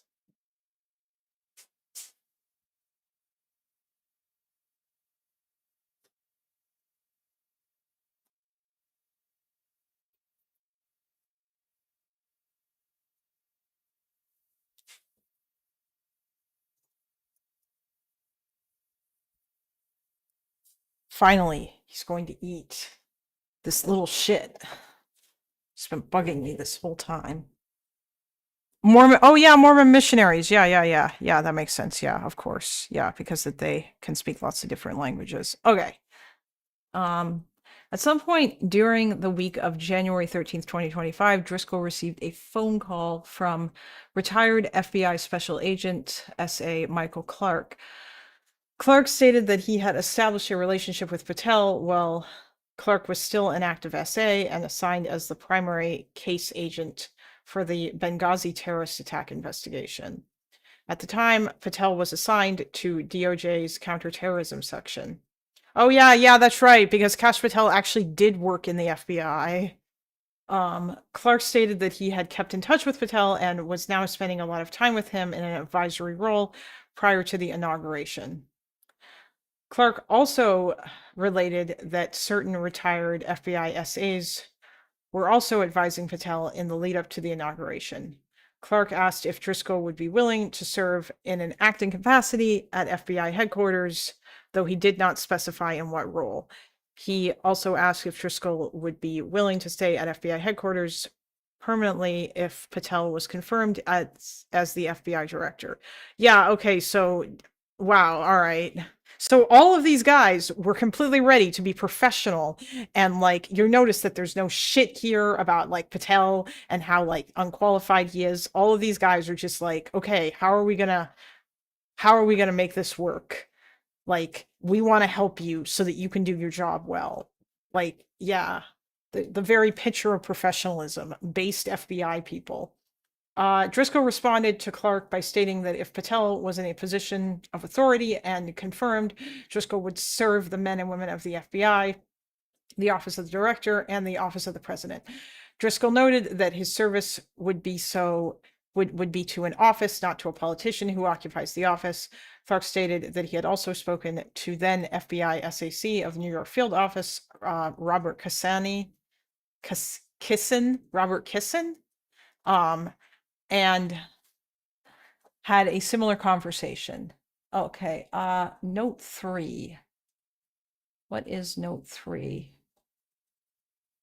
The facts alleged in this section are based primarily on firsthand knowledge, best recollections, and/or communications of and involving plaintiffs.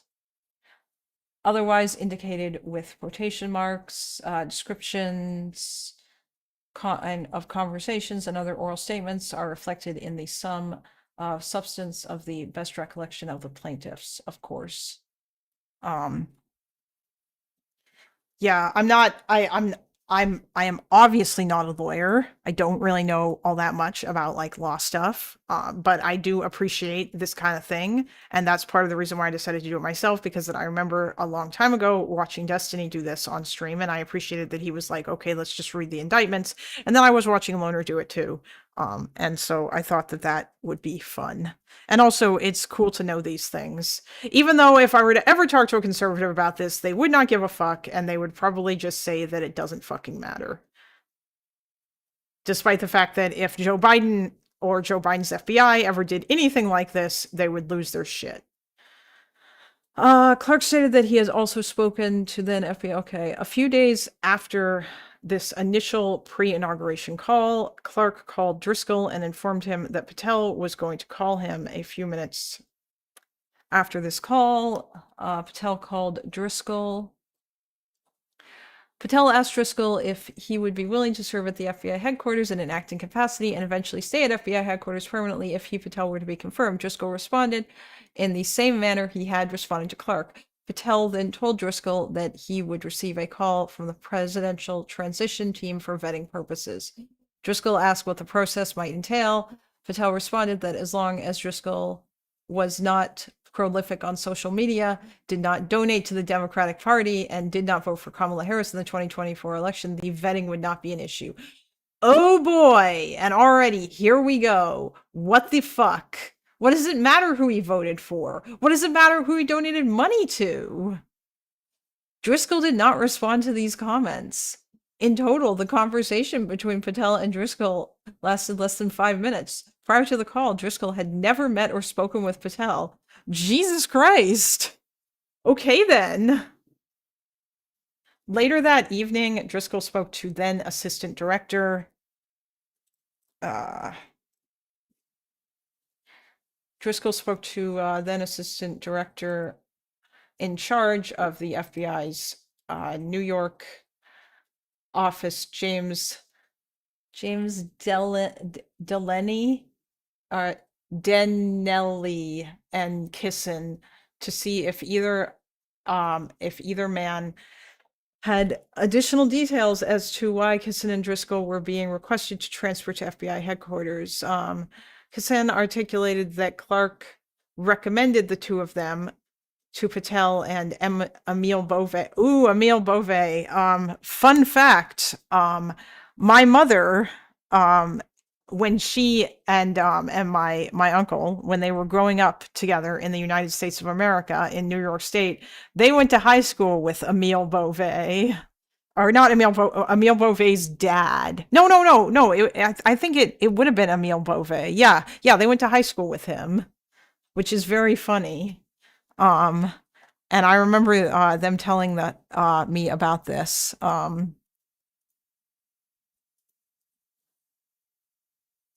Kissin, the two of them. Okay, yeah, okay.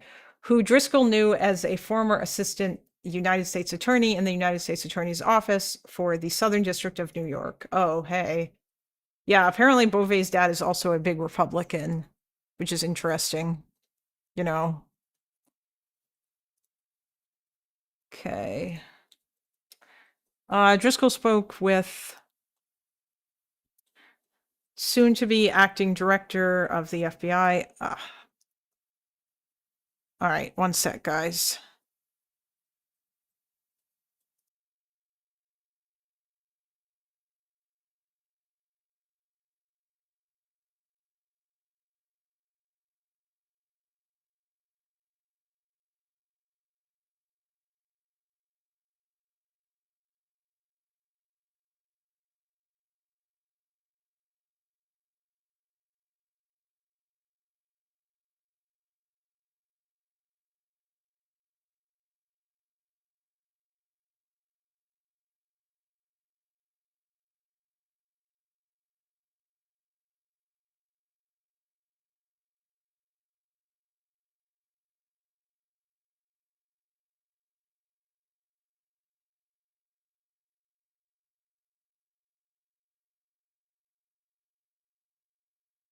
Okay. Ugh. Eyes were hurting a bit there.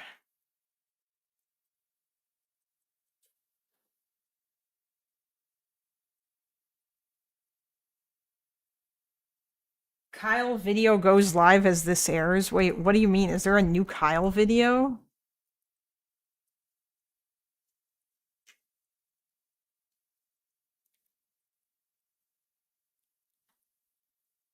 Like, is there another Kyle video that is relevant? Mostly, I'm just curious as to what exactly he's gonna get up to with this. I'm just hoping that he doesn't, you know, engage in certain conspiracies. Driscoll spoke with soon-to-be acting director, Paul Abate about that night concerning Patel's entreaties to Driscoll and Kissin. Abate advised that he was relieved that Kissin and Driscoll were being sought to serve at FBI headquarters in some capacity, presumably as the acting director and acting deputy director, respectively. Abate advised that Driscoll and Kissin should engage with Clark, Beauvais, and Patel and accept leadership roles if offered. Approximately 1 or 2 days later, Driscoll received a call from Mr. Paul Ingracia, a White House representative who identified himself as the White House DOJ transition liaison. Ingracia, then 29 years old, had no experience working in the White House, DOJ, or FBI. Nevertheless, he identified to Driscoll that he was on the White House DOJ transition team and wanted to conduct a vetting interview with Driscoll, who, according to Ingracia, was being considered for a high-level position at the FBI. Okay, so you're about to be vetted by a guy who has no experience whatsoever in your field. Oh boy. Driscoll conferred with the FBI Newark Chief Division Legal Counsel to confirm it was legally appropriate, and then called Ingracia back. After confirming it was proper to do so, Driscoll then called Ingracia back and left a voicemail. The next day, on January 17th, 2025, Ingracia called Driscoll back and conducted a telephone interview. Driscoll asked Ingracia why he was being interviewed, to which Ingracia asked that it was for a high-level position at the FBI. Driscoll responded that he was already serving in a high-level position at the FBI. Ingracia did not elaborate any further. The following is in summary and substance, a list of questions Ingracia asked Driscoll and Driscoll's corresponding responses. Oh boy, here we go. How would you define the most significant threats to the United States? So this is Ingracia, and then Driscoll responds: cyber terrorists and counterintelligence threats posed by China, Russia, Iran, North Korea, Islamic State of Iraq and Syria, ISIS, ISIS Khorasan, that's the ISIS in Afghanistan, and their affiliates with external operational, I think it's ISIS in Afghanistan anyway. You know what? Let's just double check that. I don't want to spread misinformation.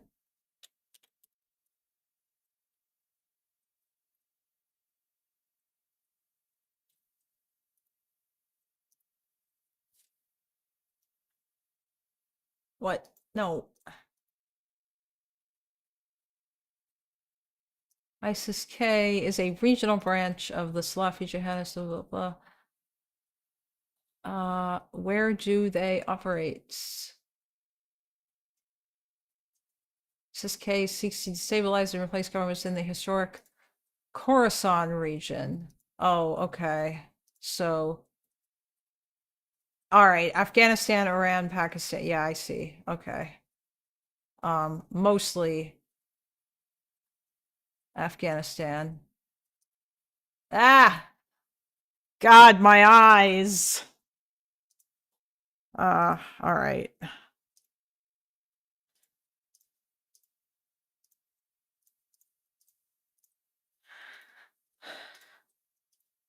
Okay. Yeah, all right. Their affiliates, blah blah. Porous borders, fentanyl, and transnational organized crime, e.g., cartels. What are your thoughts on the structure of the FBI? In order to constantly improve, any organization needs to evolve, and the FBI is no exception. Effective evolution. Yes, yeah. ISIS-K did bomb the Kabul airport. That I know. But I wasn't sure if they only operated in Afghanistan. But it seems like that is one of the three like sort of country areas that they operate in.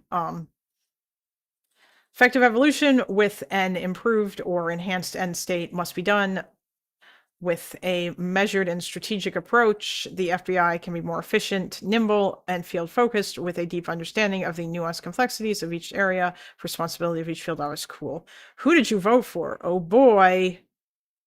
Driscoll refused to answer this question and stated that was an inappropriate question with Hatch Act implications. Good job, buddy.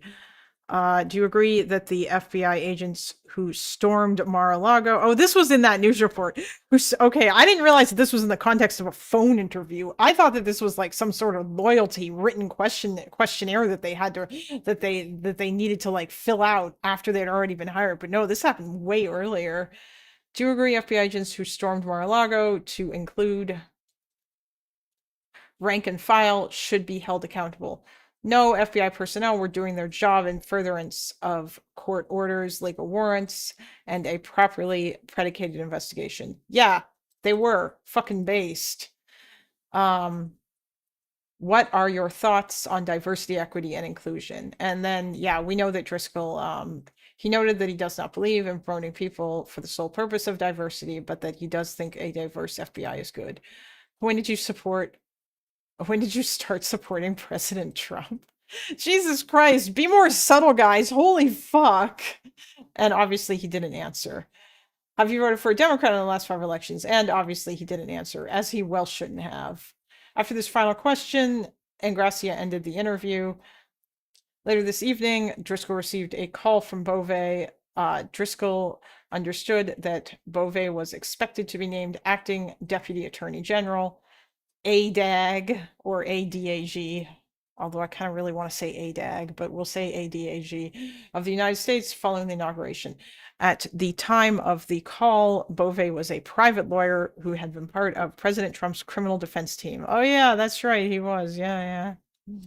Beauvais asked Driscoll what happened on the vetting call, to which Driscoll responded that he found Ingracia's questions to be highly inappropriate and political in nature, and that he, Driscoll, was not supportive of serving in any leadership role in the FBI if it required him to pass a vetting assessment based on political views. Driscoll noted that he had never shared his political views, or even whether he had any in his entire professional career, as you aren't supposed to. Beauvais told Driscoll that he failed the vetting interview and that Ingracia reported that Driscoll was combative and not based out enough. Based out? Driscoll interpreted Ingracia's report to mean that his refusal to answer political questions disqualified him for the quote-unquote high-level position for which he was being vetted. He further interpreted Beauvais' use of the term based out to mean that Driscoll failed to demonstrate sufficient alignment with and loyalty to the ideology advocated by President Trump's political base. This is fucking insane. Like, none of this shit would ever have happened under a previous, like, holy fuck. Driscoll told Beauvais that he wanted nothing to do with the entire situation if it required him to violate the law, and not only was he apolitical by nature, but that it was essential for the FBI to remain apolitical. Beauvais told Driscoll that during Beauvais' conversation with Ingracia, Beauvais vouched for Driscoll's character and stated that he was indeed a good fit for a senior role at the FBI headquarters. Beauvais also said that Ingracia did not know how the government works, and that he had to explain to him that that FBI agents cannot speak about their personal political views in their professional capacity. Yeah, well, this guy should have fucking known that. What the fuck? Beauvais said that he changed Ingracia's assessment and had the results flipped in favor of approving Driscoll in an acting role at FBI headquarters. Okay, interesting.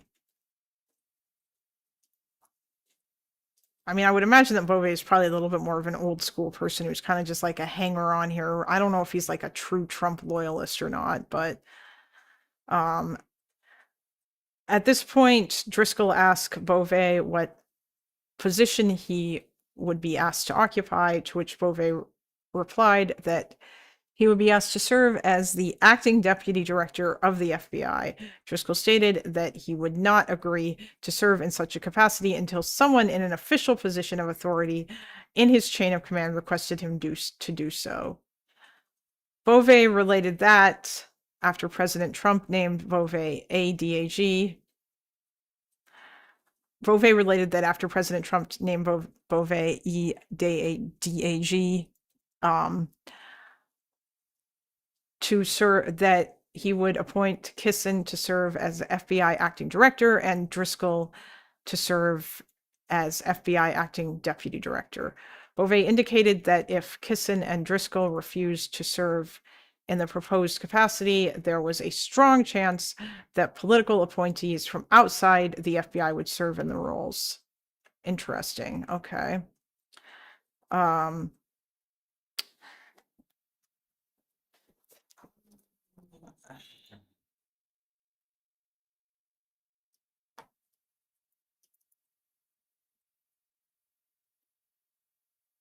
Driscoll told Beauvais that he would accept the role subject to two conditions. He would not remove or terminate any FBI personnel. I wonder if you guys can you all hear that? Oh no, probably not. Someone is revving their engine outside of my apartment because they think that I don't know, because they have a small penis and it makes them feel better about themselves. I have no idea why people do that. Beauvais expressed that Kissin and Driscoll. Driscoll told Beauvais, that he would only accept the role on the subject of two conditions. He would not remove or terminate any FBI personnel at the behest of the incoming administration, and that he would not be beholden to political influence or large-scale strategic structural change. Okay, well, nice. Yeah, so this guy, these guys are all professionals, and they all got fucked. Beauvais expressed that Kissin and Driscoll were only asked to serve in an intern capacity until Patel was confirmed. Beauvais continued that he would like the two men to focus on keeping momentum of the investigations and operations of the FBI going, and assured Driscoll that he would not ask Kissin or Driscoll to fire anybody. Well, that's nice. The conversation concluded with the understanding that Kissin and Driscoll should await a call on Sunday, January 19th, 2025. Oh, and also, of course, I assume operations that the FBI were to keep going don't include any end to President Trump, because all of that stuff probably got shelved immediately. Although I wonder if they will mention any of that in here. The conversation concluded with the understanding that Kissin and Driscoll should await a call on Sunday, January 19th, 2025, so the day before the inauguration. After receiving the call, they would drive down to Washington, D.C.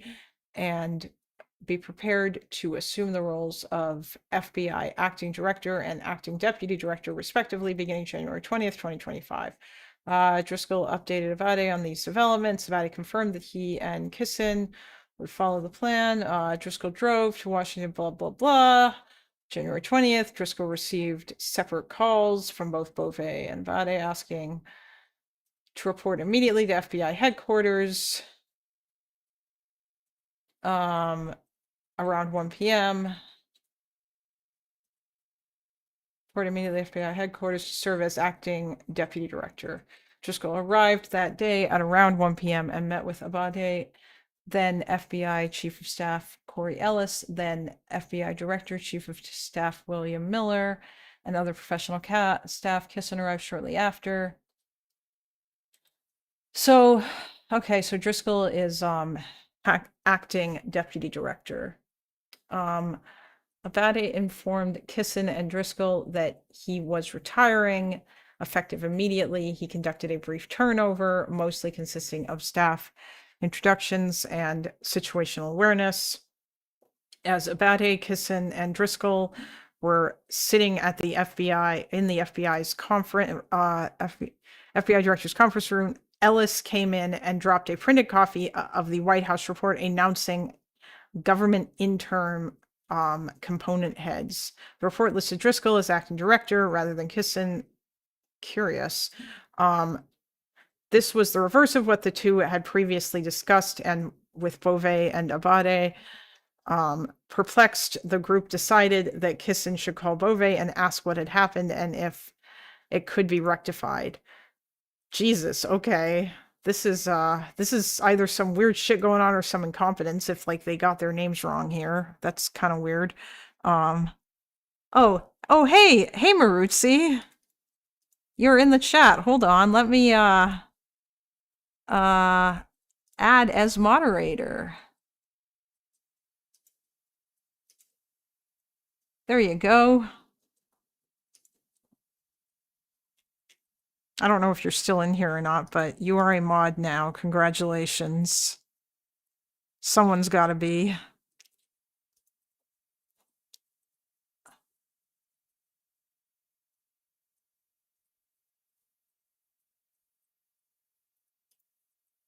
Wasn't really checking out the chat as much as I should have been. Okay. He returned a short time later.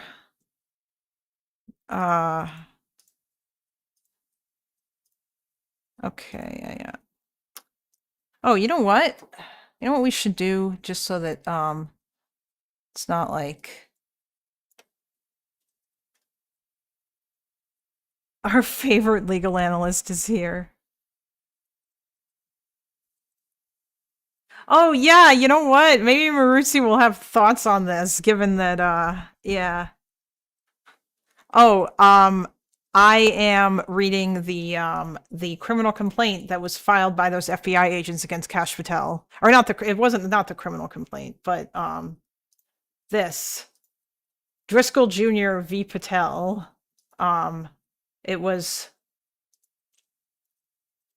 This was filed September 10th. And it looks like they have not responded. There is as yet no response from Patel and Co. So, or rather from the lawyers. This is all just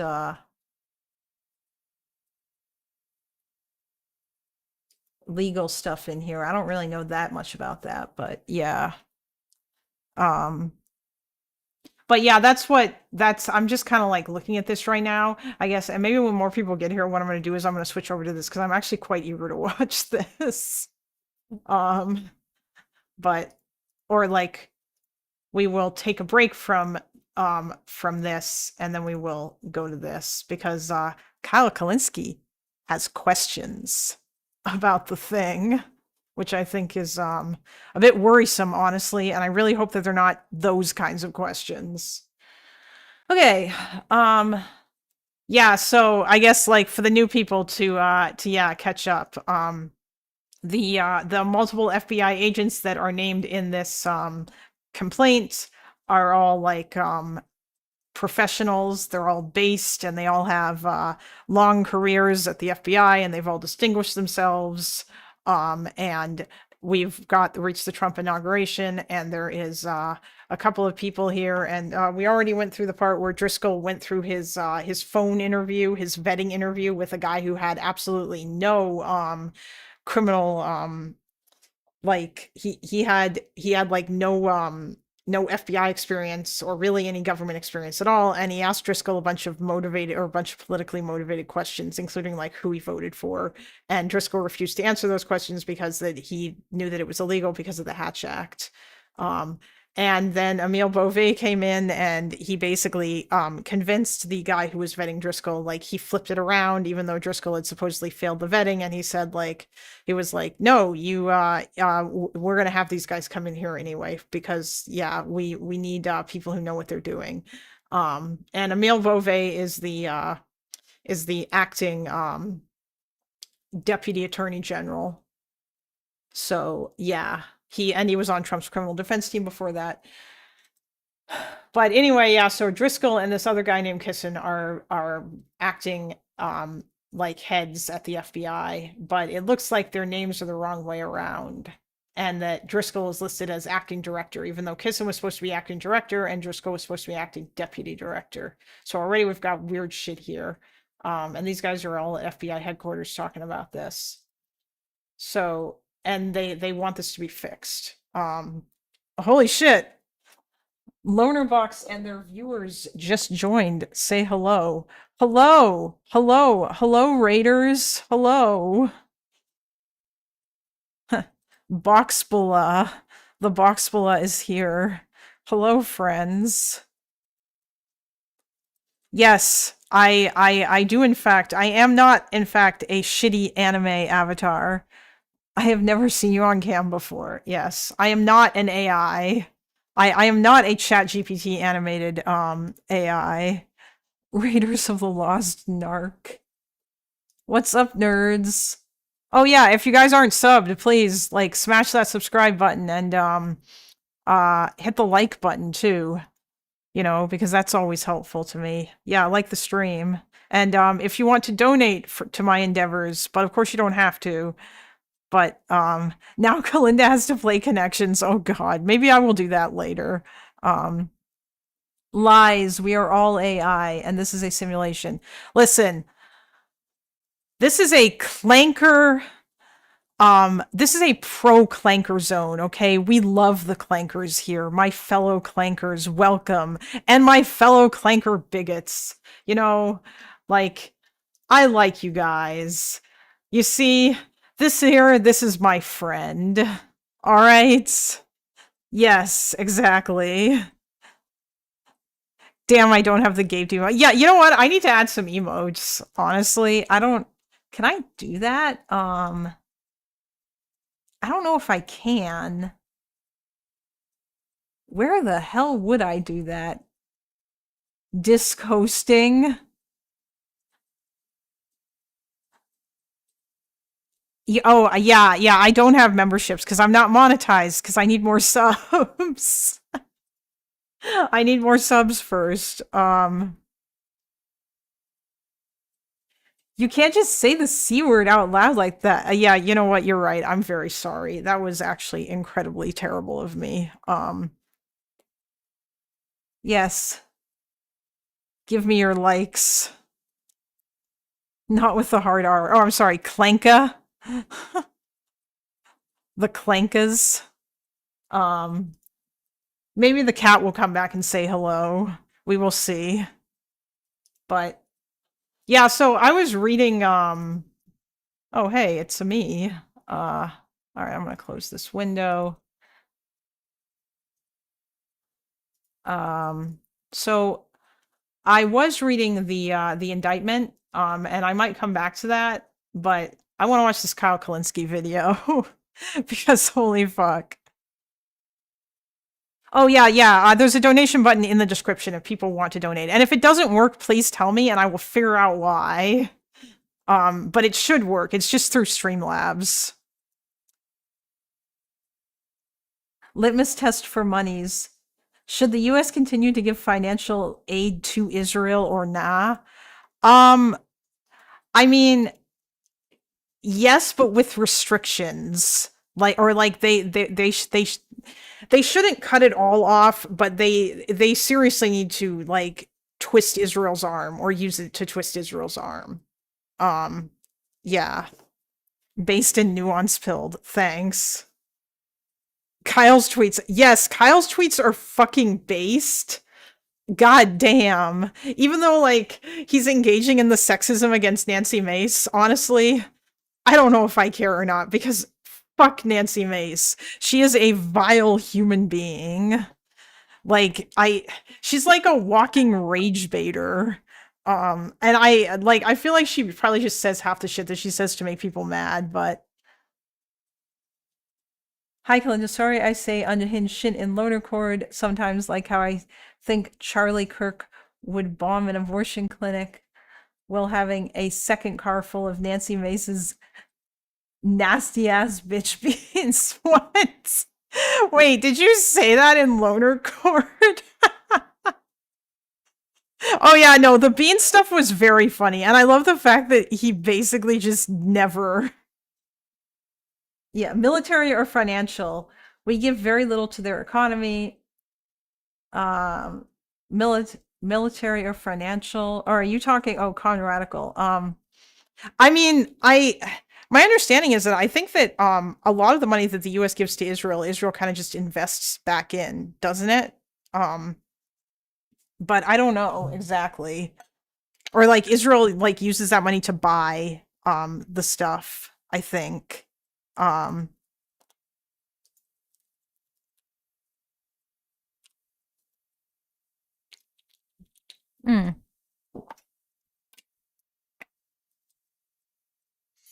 Tink tinks rather than the C word for them, but I would feel like they were. Based. Oh, what the fuck, buddy? Let's not slander our clanker brethren here, okay? We are cautiously AI peeled here, or at least I am. Oh, 99.7% goes to defense, just clarifying the question, not... Oh, okay, yeah. Yes, I do use Linux. I am a Linux user, but I am also a Windows user in that I run Windows in a virtual machine, and I can use it to play games, but yes. I will not tolerate slander. Fucking paste. Yes, I do use Arch. Alright, let's fucking go. Alright, welcome to the show, y'all. We have a very, very weird one for you today. Oh, you boy. do not want to miss today's show. We're going to get to a lot of stuff. So in just a second, look, it's just true that the Charlie Kirk story is not adding up. I'm going to walk through it with you. We got contradictory information. We got stuff all over the map. We got things that make zero sense. And so it'll be a very deep dive, and you might walk away from this first segment here more confused than you are satisfied. So we'll talk about that. Then we'll get to MAGA has decided to put the cancel culture on steroids and human growth hormone. Not only are they getting people fired for mildly criticizing Charlie Kirk, excuse me. Mildly criticizing child. What were you about to say there, Kyle? No, I am glad that like he does talk about all of this stuff a lot and that he doesn't spend all of his time shitting on the Democrats, although he does shit on the Democrats. And yes, Firefox is based. Child Kirk. Charlie Kirk's can't melt steel beams. Wake up, sheeple. Hair is permanently child. Yeah, I think he At some point in the future, one of the things that I would like very much to do is I'm genuinely curious how all of these people's politics evolved over time, because that I do remember Kyle being vote blue no matter who Democrat in 2016, and like I wonder if he was like a big Obama supporter or if he was like a run-of-the-mill Democrat. I wonder how many of these people were run-of-the-mill Democrats before they sort of slowly became more and more progressives. I still take him over Crystal Ball. Yeah, me too. I said, yeah, no, Kyle is definitely like Crystal Ball is like just full on populist brain rotted, and she has been way worse for a long time. Kyle Kulinski's foreign policy takes are really bad, but otherwise, yeah, don't want to be misogynistic, but a lot of people say Crystal's politics influenced his a lot. I mean, maybe I feel like obviously because that they're married, like if you're like people's politics can influence each other, right? Like I don't think that it's misogynistic necessarily to say that that like Crystal may have influenced him, but it's possible that he influenced her too, right? Like I mean, she was the one who gave Jenk that awesome grilling over his kissing up to MAGA. I bet Kyle looked. Yes. I believe that they are married, or they are dating at least, but I'm pretty sure by this point they are married. And yeah, but okay, I'm gonna go ahead now. Excuse me. They're also getting people arrested for criticizing Charlie Kirk. I'm not kidding. I've never seen anything this extreme when it comes to cancel culture. So we'll dive into that. We'll also get to a Fox host casually decided to call for the genocide of homeless people. Oh, yeah. The fascism is just oozing out of this country now. It is just over the top with how much it is. So we'll talk about that as well. Then we have Bill Maher dismantling Ben Shapiro to his face. We have Destiny humiliating the streamer XQC in a Charlie Kirk debate. And then later on, this is wild, but the BBC is blaming Hassan, Destiny, and Vosh for Charlie Kirk's death. I wish I was kidding. I am not kidding. We have the video. We have the clip. So you don't want to miss that. You guys know the drill. Okay, I don't know who actually gave this to me because I'm not going to read your name out, but thank you very much for the $5 USD, kind donator. I am, for whatever reason, not getting any, like, I have no idea why maybe you guys are seeing them, but, like, they're not making any noise, the alerts, for the money. Genocide isn't the same thing as killing all the homeless people. I mean, you could do a genocide on homeless people. You could target homeless people, even though, like, I think the Genocide Convention needs to be expanded. Or like, I think that like the categories that are covered in it need to be expanded. Like, I think, for example, that things like sexual orientation and gender identity should be in there, or even like just like class. But we all know why that's not in there, because that the Soviets would have had a problem with that one. Homeless side. The reason why you aren't getting any alerts is because you're on Linux Pandora. That's not true. This shit works. I went out of my way to make sure that it works. It's not because I'm not on Linux. I mean, I think that the alerts like appear, but for whatever reason, I'm not getting any sounds. I don't know. It's fucking weird, man. I don't know why. Like, it works when I do the test, but when people actually give me money, it doesn't. Destiny, Vosh, and Hassan are famously close friends. Oh, no, I absolutely agree that we should use, like, genocide, like, the legal terms properly. But I'm not necessarily opposed to, using the word genocide for things that aren't necessarily covered in the Genocide Convention, as long as, like, you are keeping the spirit of what it means, which means that, like, I think the intent is the most important thing. I once tried to install Linux and it took me 2 hours just to install the mouse drivers. Never. Well, that sounds like a skill issue, SRG. Also, you probably weren't installing an easy Linux distribution if you were having that much trouble. For apartheid or genocide, it's my group, it's any group attempted to be destroyed in whole or in part. No.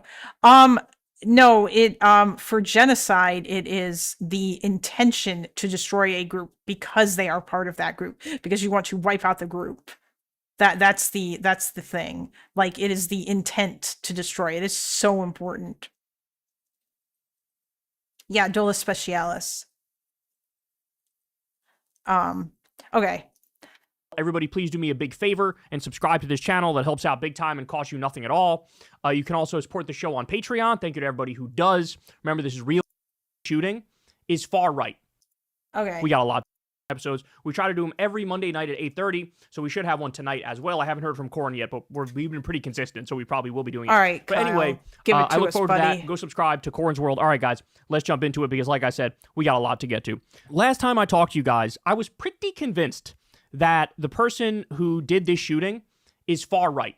I was pretty convinced. Now I'm going to walk through it with you why I was convinced that the person is far right. But also, now I'm not so sure because I keep coming back to professional hit job. This looks professional. Oh God. Oh no. Kyle, please don't do this. Please, Kyle, no, Kyle, stop, please, don't do this. Why?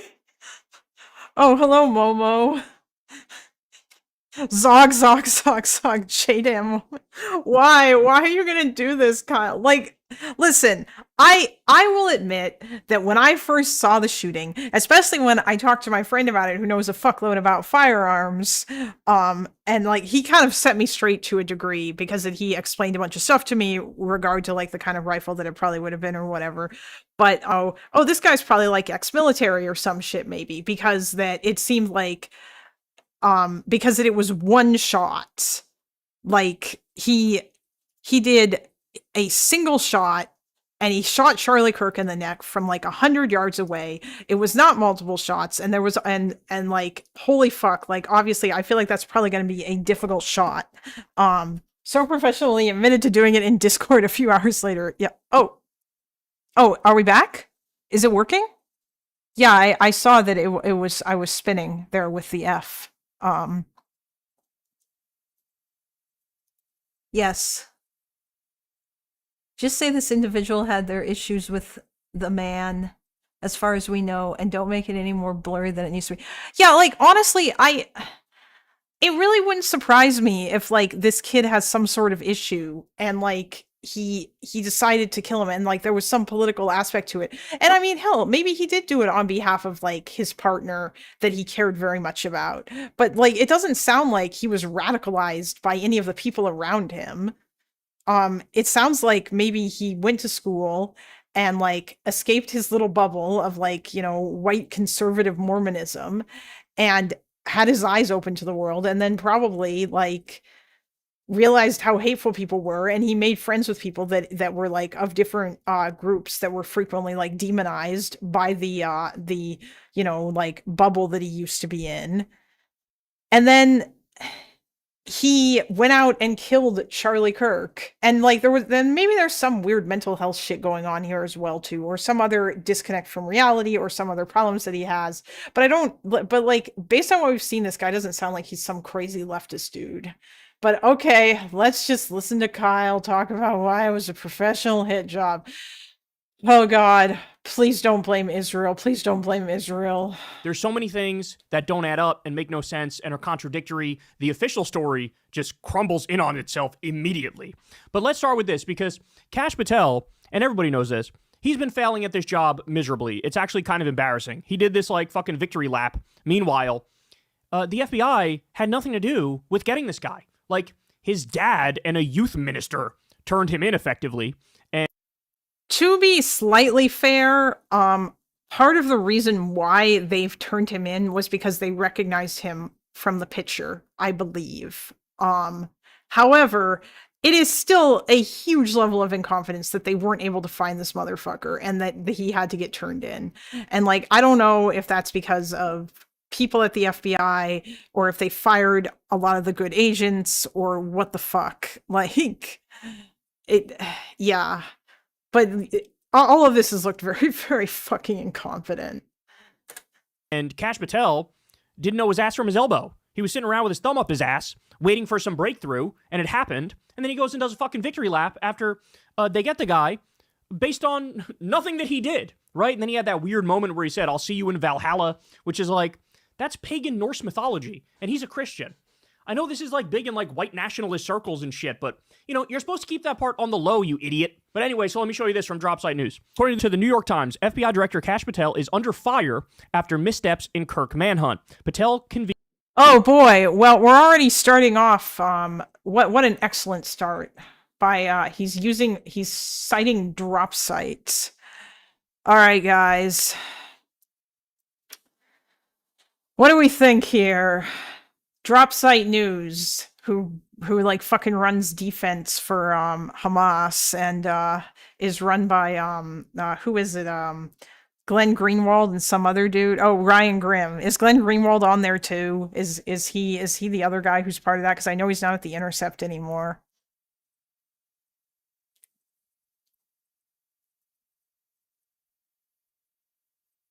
Oh yeah, no, you're right, Chris. I do think it is very unfortunate that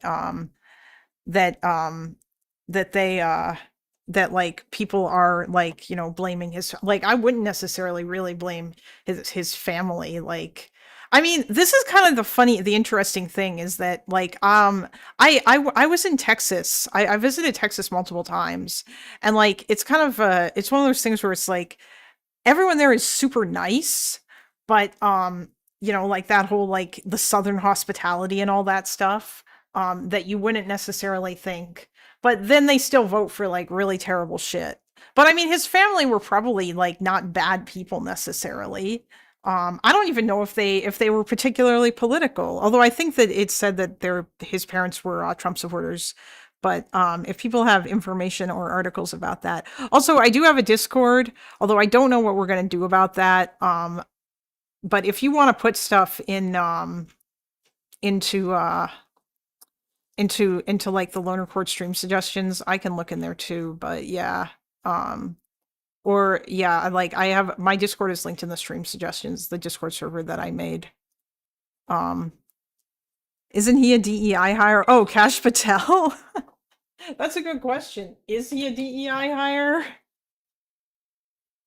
No, Kash Patel's not a DEI. Kash Patel is not a DEI hire, okay? Kash Patel is a loyalty hire because he wrote a book about Donald Trump called The Plot Against the King and how everybody was out to get him. That's why he has an enemies list. That's why Kash Patel was made director of the FBI. All right, fucking drop site news. Seen 200 agents blasting delays and vowing no more Mickey Mouse operations, laced with profanity, according to officials. He falsely declared Charlie Kirk's killer was in custody, then backtracked hours later, undermining confidence in that was pretty funny and incredibly fucking stupid. The probe. Critics cite his inexperience, social media fixation, just like Dan Bongino, by the way, and purge of veteran agents as weakening the FBI's response. That's a huge part right there. Patel and Deputy Dan Bongino flew to Utah to oversee the investigation as pressure mounts on the Bureau's leadership. So as you all know, and we discussed this in one of the previous segments, you have like the lead FBI agent in that particular region in the country was fired by Kash Patel. And why did you do that? Now you have no veteran leadership for this super important investigation. And so they're delaying shit and trying to get in front of the cameras and trying to please their MAGA base. They're getting Jeremy Scahill was the yes, Chase, yes, he did do that. I saw that Majority Report clip. Trump is making it worse than anyone. Oh yeah, no, yeah, all of these people are just like they don't know what the fuck they're doing, and it's getting ahead of themselves and lie. Oh, there was trans stuff on the bullets. No, there wasn't. No, there wasn't. It looks like they're so desperate to blame trans people. They're grasping at anything they can to blame trans people. But the amazing thing is, even MAGA is looking at Kash Patel and they're going, you're an embarrassment. You're not fit to do this. You have no idea what the fuck you're doing. You have no idea what you're doing. You're in way over your head. All right, so Kash Patel absolutely, positively failing miserably. All right, now let me walk you through why the original view is that, oh, this shooter is definitely right-wing. So first we have this. Originally from the Daily Beast here. Tyler Robinson, of course, is 22. He did the shooting. The man arrested in connection with the assassination of Charlie Kirk comes from a MAGA family his grandmother has revealed. Although MAGA figureheads have been quick to point fingers at the left for Kirk's death, Tyler's grandmother, Debbie Robinson, 69, insists they come from a family of Trump supporters. She spoke with the Daily Mail on Friday after news of Robinson's arrest broke. Quote, my son, his dad, is a Republican for Trump. Most of my family members are Republican. I don't know of any single one who's a Democrat. According to the outlet... Okay, hold on. Now I'm curious. Okay. Charlie Kirk death. Usually in situations like this, I always like to go to the old Wikipedia and see what they have to say, because typically okay, accused. Oh, hey, he's already got a okay, yeah, hi, thanks Wikipedia. Yeah, stop. Okay.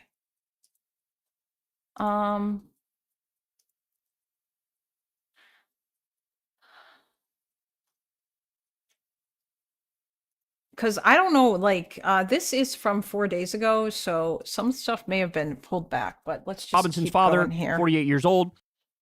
Remember when we just blamed Marilyn Manson for the shit? Hey, I remember that. Vaguely. I'll be back later. I was supposed to start making dinner 30 minutes ago. Sure thing, Con Radical. I mean, just because he's not right-wing doesn't mean he's left-wing either. A lot of these guys are apolitical. Yeah, that's also true. Or that, like they don't even necessarily do it for political reasons. Was was the one who turned Tyler into the authorities after he confessed to the grisly crime. Debbie has not been able to get in touch with her son since news of her grandson's arrest went public. So according to the grandma, they're all Republicans. Every single one of them is right-wing. And as many people have pointed out, it's kind of hilarious that she was more offended at the idea that perhaps Tyler was a leftist than she is at the fact that Tyler killed Charlie Kirk. Take that for what it's worth, but this is what the grandma says. All right, so that's point number one. Point number two, there's this Groyper meme and you know, far right. Okay, listen, I'm sorry, but no, this is like I feel like this is probably a bit of a reach. Nazi meme. So this is the meme right here, and he dressed up like this for Halloween in 2018. So this was like a big piece of the puzzle where it's like, oh, you don't do this if you're some lefty. All the Pepe shit in 2018, it was 100% on the right, and it was on the far right, to be clear. Of course, you also have, Halloween, I believe the year before in 2017, Tyler dressed as Donald Trump. He dressed in a costume where he was like riding on Donald Trump's shoulders. I mean, this was also back in 2018, right? Too, like, any turn that he may have taken might have been a little bit more recent, but I don't know. I don't know what he was. Maybe he wasn't anything. Surprised people don't know what Slav Squat is, and definitely around before 2016. Yeah, of course. Edgy kids don't understand left versus right. That is also true. Like, so all of this stuff. This guy could have just been like some fucking edgelord. Comes from right-wing culture. It comes from far-right, deep internet culture. So this was strike two, effectively. Then we have this. The Groyper antennas are vibrating on 4chan.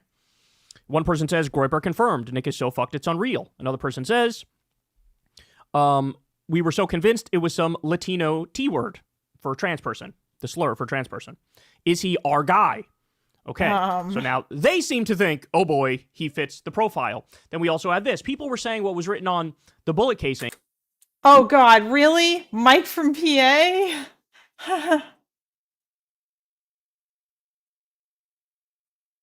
Mike from PA actually talks about things that aren't Israel-Palestine and shitting on Democrats? I mean, that doesn't mean that he's not necessarily making a fair point, but obviously, like, this is what happens, right? Is like all of these people on the far left, like all of these tanky people, are also going to be falling all over themselves to try to make sure that it wasn't him, or that it wasn't, that like he wasn't like one of them. Like, the extremes on both sides are very desperate. Doesn't Mike know a genocide is going on? Yeah, exactly. Jeez, Mike, what are you doing? Get back to like crying about Democrats or whatever. Yes, Mike did, in fact, yes. I feel like we need to disavow the 22-year-old kid that made a decision. This isn't part of the Democratic Party. Yeah, I mean, it's not. Like, if this kid is like some far lefty, it's not. It's fucking, I mean, honestly, I don't know, but it does feel like there's a lot of like sort of reaching where like everybody is just like, no, he's not with us. No, he's not with us. And I mean, but regardless of whoever he was with, like, obviously Donald Trump is, very much to blame for this, for all the insane rhetoric, the insane shit that he has been doing, and like the insane crackdowns, and like the way that he talks about Democrats, and yeah. And Charlie Kirk went right along with it. If he's a far leftist, chances are he hates Dems. Yeah, that's true. He probably isn't a far leftist, though. That doesn't really strike me as generally being the case. I think maybe he was someone who probably was, like, he probably hated Charlie Kirk for being, like, so hateful towards people that he was close to, or, like, people that were in groups that he was close to or something. Like, I don't know if, like, he was even necessarily particularly, like, left or right beyond that.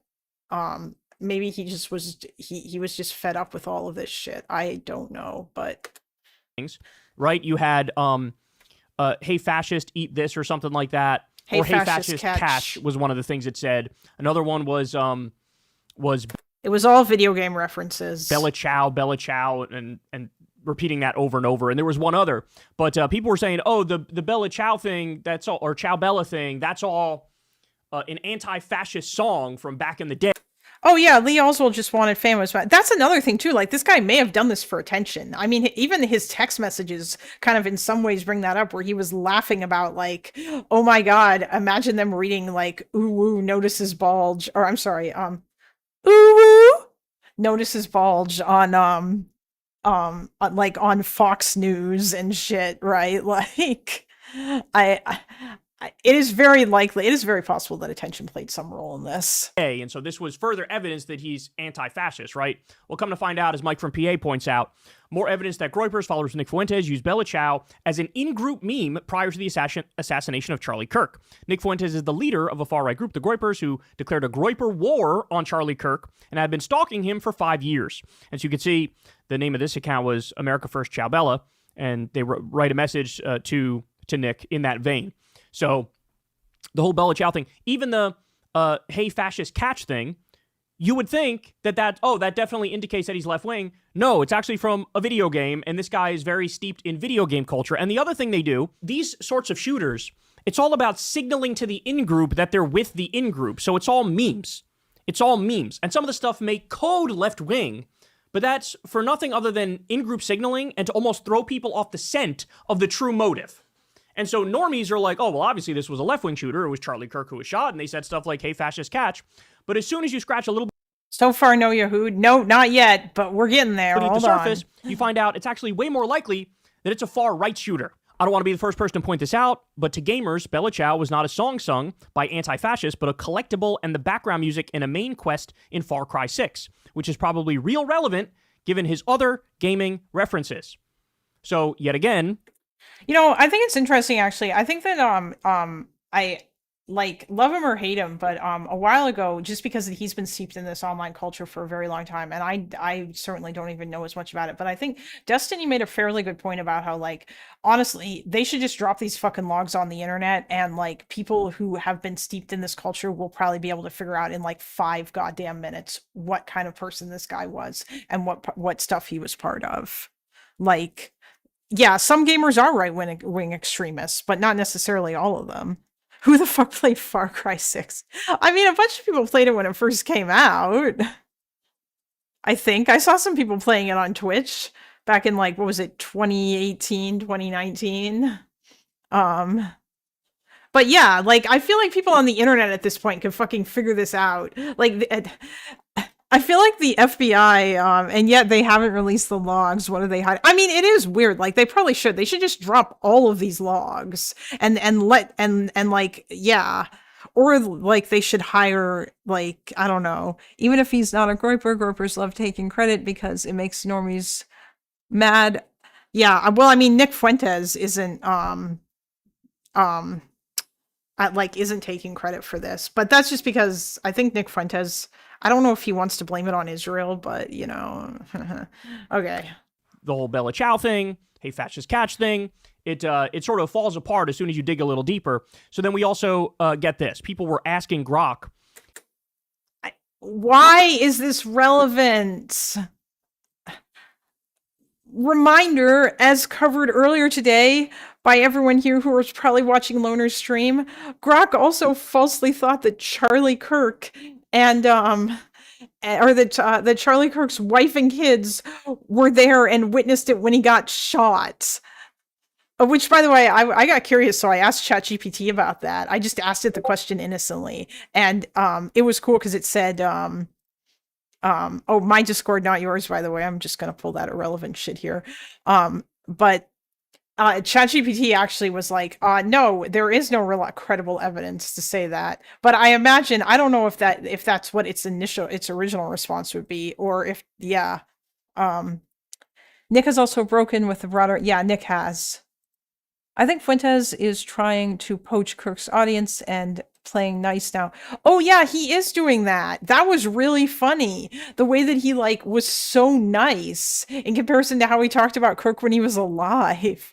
Yeah, Fuentes might be like aiming for that spot. Damn clankers. Hey, no clanker bigotry here. We love our clanker brothers and sisters here, and non-binary, agender clanker people. and or whatever you happen to identify as. Yeah, I know. Obviously, Groper's love talking about Jews. It's the Jews. Okay. Hey, based on the evidence, what do you think here? What's this person's political leanings? And Grok said this. In my view, these inscriptions on the ammo casings, notices bulge, ooh-woo, oh, Bella Chow, Bella Chow, Bella Chow, catch this, fascist, and if you are reading this, you are gay, aren't random or left-leaning signals like some early reports claimed. Instead, they trace Tyler Robinson's political beliefs squarely to the fringes of the alt-right, specifically the Groyper movement led by Nick Fuentes. This crowd positions itself as hyper-patriotic, pro-Trump conservatives who see mainstream Republicans like Charlie Kirk as sellouts or fake conservatives infected by globalism, liberalism, or even fascism light. The Bulge's oh whoa bit is a crude, mocking nod to transphobic memes that originated on Tumblr, but got co-opted by right-wing trolls to spot trans people in crowds. Pure Groyper-style bigotry. Bella Chow, it goes on, but you get the point here. AI seems to think, well, this is obviously a far-right shooter. By the way, I should also point out the notices bulge thing. It's a nod to transvestigating people, right? This far-right thing, which is transvestigating people. It's not notices bulge, singular, which is like a furry thing. It's notices bulges, plural, and that distinction actually means it makes a difference, okay? Now, I know I'm getting into the weeds here, but bear with me because I'm giving you all this evidence as to why I and many people thought, oh, this is definitely a far-right shooter. But I'm going to throw some curveballs at you in a Okay, I'm just curious. So now I'm just gonna, because we're playing the let's fucking ask AI game here. So now I'm just gonna ask ChatGPT, or I asked ChatGPT what it said. Until yesterday morning, I thought that was true about the kids seeing it, and someone in Loaderbox chat. Yeah, I thought that was true too, because it literally everybody pointed it out consistently. Even though when we listened to Charlie Kirk's wife give that fucking speech, it was weird because when she talked about it, and the daughter asked, when's dad coming home or whatever, that made me think wait, didn't she see him die? And it kind of made me wonder about that. A lot of apolitical edgelords just pick up catchphrases and memes and call it. Yeah, exactly. What is known or reported? UCOS governor since yeah, okay. Well, I mean, unfortunately, has said Robinson held very deep political views than his different political views in his conservative family. I think this is kind of stupid. I don't think why Governor Spencer Cox should not be talking about this unless he should be leaving it to the people. Opposition to Kirk's views. Robinson reportedly disliked increased political radicalization, online communities. He is said to have become political over time. What was the motive? Yeah, so the answer is that we still don't really know. Registered as unaffiliated / non-partied, engraved ammunition. Enough of his hatred. Yeah, so we had a problem with Kirk's hatred. Oh, what's a stretch, SRG? Or SB? Oh, yeah, the Hunger Games level speech by Erica. Yeah, that was some shit.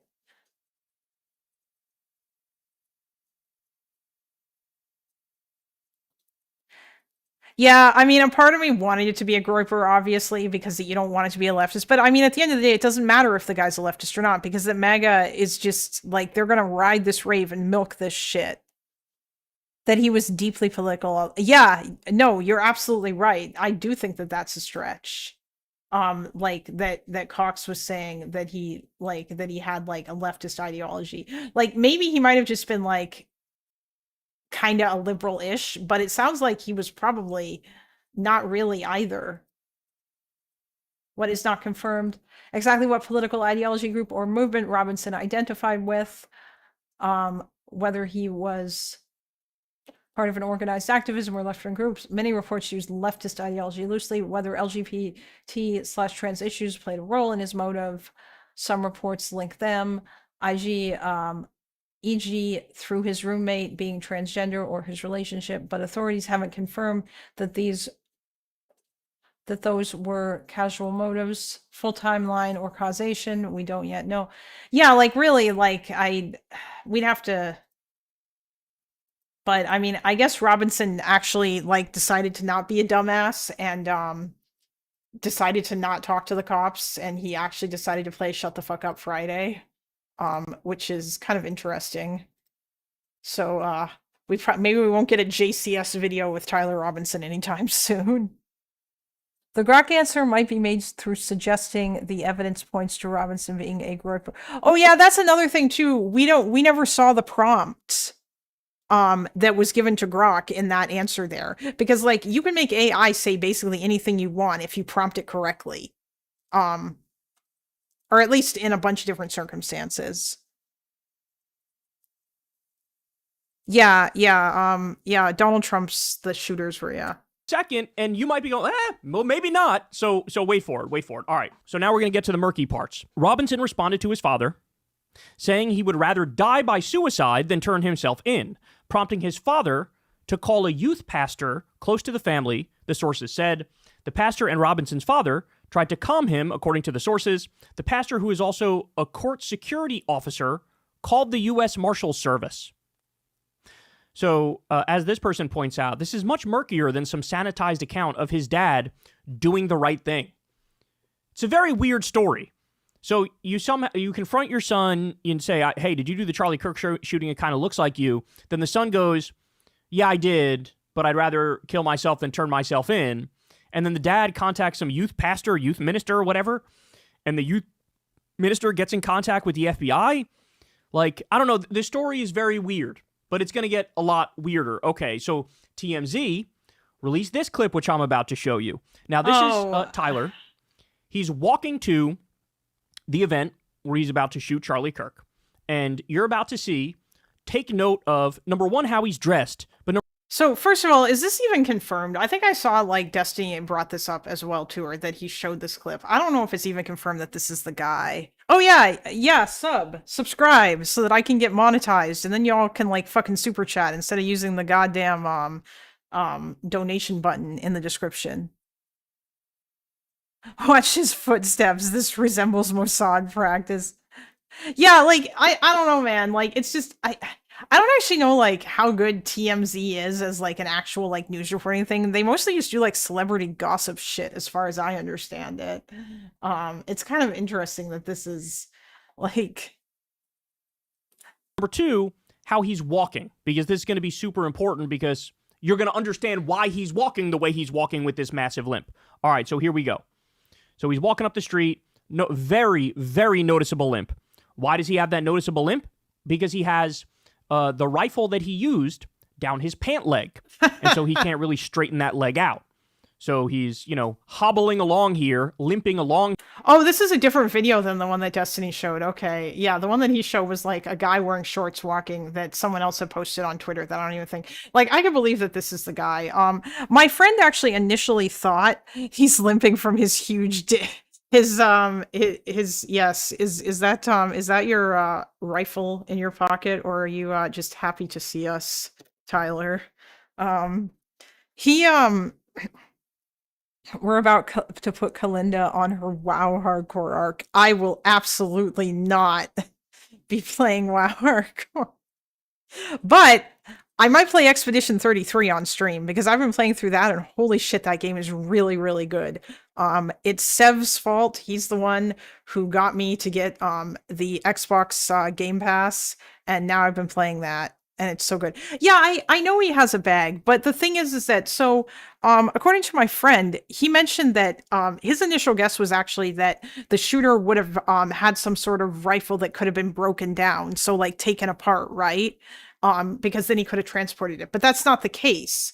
Like, the rifle that he had, it couldn't really be taken apart, like, really a lot. So he couldn't have put it... Why wouldn't he put it in there? Because it wouldn't have fit. Like, it's too much. I think that's probably why. Like, maybe he put some of it in there. Like, I imagine the scope is in the bag, and the ammo and stuff. But yeah, the rifle couldn't be broken down. Like, the only thing, I believe that it was just, you could take the barrel off, and, like, that was it. And you would have had to have, like, unscrewed it and shit. So, yeah. But, I think that this was just the case of, this is the gun that he had access to, and so it was the one that he used. and rather than like him really having much choice in terms of like getting the gun that he wanted. But here, the other thing to take note of is he clearly didn't park in the parking lot of the college.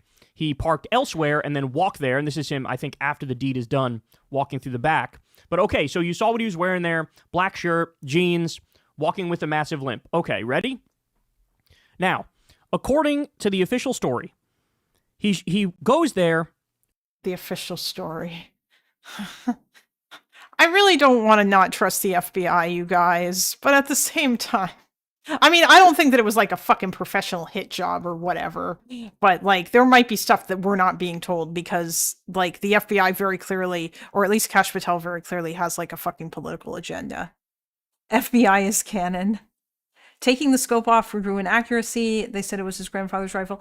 Oh, okay. Yeah, that's another thing. Yeah, because he would have had to have zeroed the weapon. So I guess he couldn't have taken the scope off. Actually, hold on. Let me see if my friend is around, because maybe he can explain. Unless like y'all are gun people. Oh no, he's not here. I think he's at work right now. I want to trust the FBI, but it's kind of hard with so much partisanship. Yeah, exactly. Like it's incredibly difficult when like all of these people are pushing so hard for like to like push a particular narrative. That's really, really, it makes it very difficult to like trust. Oh boy, I've seen, yeah. Oh, I know how zeroing works. Yeah, I had it explained to me slightly. Yeah, the scope wouldn't have been zeroed in. I mean, the scope was clearly zeroed, like or like the weapon was clearly zeroed by him because he was able to make that shot. And I'm assuming that, or unless, actually, I think my friend had said like maybe the scope wasn't entirely zeroed correctly because it's very unlikely that this guy, like I've thought it would, like he had to have been aiming for center mass because that's how you would do it. Like you like that's what like there's no way that he was aiming for Kirk's neck, but I mean it's very possible that he that the way that the bullet went, or at least this was how I had it explained to me. Yeah. Oh yeah, he may have been nervous, but like I mean it is still like obviously you know, huge disclaimer, what he did was fucking horrible and everything. But I was surprised that it was only a single shot and that was it. And like he made it, although his target was stationary, but that he hit him in the neck and that was that. It was an old 3006 hunting rifle. Yeah, it was. Yeah, it was a hunting rifle with it. Yeah. I can explain CS guns for a second. Listen, I can explain probably very poorly the Rust AK firings thing. That gun is still really annoying to shoot. From how far? I think he was 100 yards. Which is like, yeah, I don't know. I think it's kind of insane that like although he did have a scope, so obviously like I feel like that would make it easier, but he still did it in like a single shot. But I think he had to have been aiming for center mass. The deadliest sniper in history used a basic iron sight rifle. Who was the deadliest sniper in history? Was it someone from the Battle of Stalingrad or like the World War II? Was it one of the Soviets? Or was it, I think that there were some others, but I do not remember.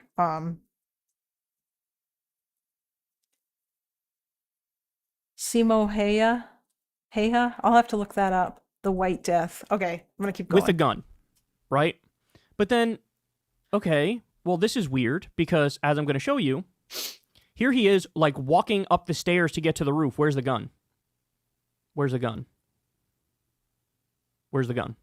Now, what they say is, okay, so he walked there with the rifle. Clearly, based on the TMZ video, he was limping, right? Okay. Then when he gets there, in order to get to the roof with the rifle, he disassembles the rifle and puts it in his backpack. Now, there's one major problem with that story. This particular rifle that he... Oh, wait, I don't know if it was 100 yards. I thought it was 100 meters, but I'll have to check. Oh, yeah, from the Winter War. The USA shirt was a disguise to fit... Yeah, that's what people say.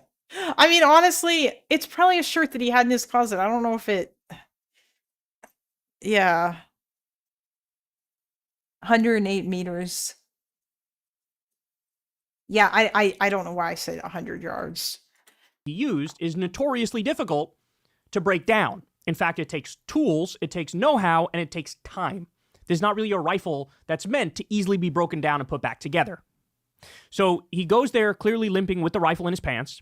Then in this picture, in the stairway, all of a sudden, where's the rifle? Well, they say, oh, it's in his backpack, so, you know, that's the logical explanation. All right, well, let's keep going. So then, according to them, he gets to the roof, puts the rifle back together, does the shooting. There's also, I'm going to throw another curveball at you. He shows up in a maroon shirt, they say. This is what the officials say. He shows up in a maroon shirt. Then he puts on this black shirt. Then he gets to the roof and puts back on the maroon shirt. Then he finishes shooting and puts the black shirt back on and leaves. Forgot, yeah, they're saying he disassembled the rifle when he jumped off the roof, forgot his tools to assemble on the roof, and found the gun fully assembled in the tower. And they found the gun fully assembled. Yeah, I know. That's like, there's a bunch of shit. Like it's true. There is a bunch of shit here that doesn't add up. Although I don't think that that means that we are heading towards what Kyle thinks we are. Get a little weird, but wait for it. Okay, wait for it. So here he is after the shooting. This is when he escapes. And you're going to see that he basically runs on the roof. And you're going to take note of something very important in just a second. So here, let's play it. He's running on the roof, running on the roof. Where's the rifle? He's holding something, but it's not the size and shape of a rifle. Okay, so let me go back. I'll play that one more time for you. So he's running on the roof. And you're going to notice there is no rifle in sight. There's no rifle in sight. Ready? He's running on the roof, There's no rifle there. He's running normal. He's not limping. He's got something in his hand, but it's not the size and shape of a rifle. I can't tell. Like, this shit is so pixelated. Now, here's what they say. Oh, Kyle had Loner Box stream in suggestion. Yeah, oh, well, after he did the shooting, he disassembled the rifle. And that. Oh, he did. Oh, okay, interesting. I don't think the FBI are fabricating anything. They are just incompetent and likely being selective with what they release. Yeah, exactly. I agree. I think that that is likely it. I think that if they fabricated anything, somebody would have leaked it by now. There is no way. Like, there are so many people who work at that place, and the Trump administration is full of like leaky, like, yeah, someone would have leaked it. Obviously, he's a Mossad super soldier. I don't know, those texts are a little weird. I mean, yeah, they are, but I think that if they had made up those texts, then someone would have said something. That's why he's not running with a rifle there. Okay. All right. Well, then here's the question. The feds also say, we found the rifle in the woods and it was put together.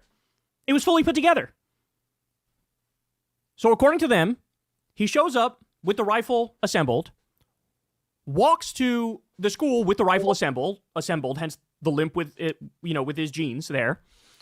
Then he gets there, disassembles it to get to the roof, assembles it again on top of the roof, shoots, disassembles it immediately after he shot. In other words, they say he didn't run right away. He shot and then he disassembled it, which takes time. Then he runs with the disassembled rifle, jumps off the roof, and then he assembles the rifle back together and leaves it in the woods for the feds to find. I'm sorry, man. That makes no fucking sense. 0 sense. Something is really fishy with this. Now, I need you to understand something, guys. So what I'm really not even doing the whole read between the line things. I'm just telling Chase, I'm sorry. I'm very sorry that I can't understand the meme that you sent me because I have not seen this movie. Which is terrible. What movie is this from? I feel very bad that I've never seen this. There's a bunch of stuff. Oh, it's from JFK. Okay. Wait. Fuck, who made I know JFK was made by a famous director. Doesn't that movie like insinuate that LBJ was responsible for killing or for like Kennedy's assassination? Didn't he say he wanted to go back for the rifle too? Yeah, he did say that. Yeah, Oliver Stone, yeah. Yeah, of course it is, yeah. you, this is what they say happened. Now, I briefly mentioned what he was wearing before. Again, I want you to listen to, this is the governor of Utah, and here's what he says, because people in the media were asking, hey, what was he wearing? Why are the accounts differing? Here's what the governor says. Right? Mute your Discord, LMAO. Oh, I'm sorry. You know what? You're right. I will mute my Discord. I apologize for that, actually. I should, the movie director specifically said he didn't say LVJ was responsible in Congress. This talk just reminded me of that scene. Yeah, that's another movie that I should probably watch at some point.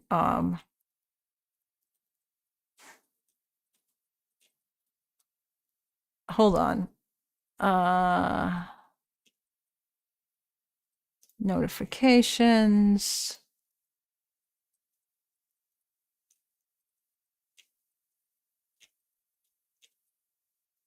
Sounds, message. There we go.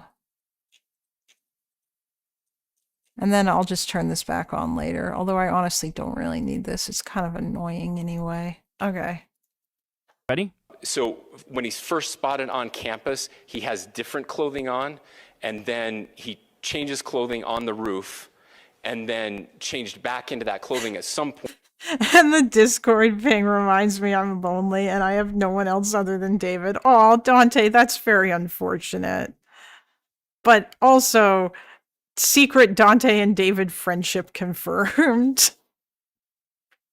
They just pretend like they hate each other when they argue in Lego Fortnite. So that when he was apprehended, when he was arrested, the clothing matched the clothing he had on before the shooting here. All right. Here's CNN. CNN says this. Several clues pointed authorities to Robinson, his clothing, a dinner conversation he had with a relative. Thank you, Kyle, for blinding me. I appreciate it. And comments he made on a messaging platform.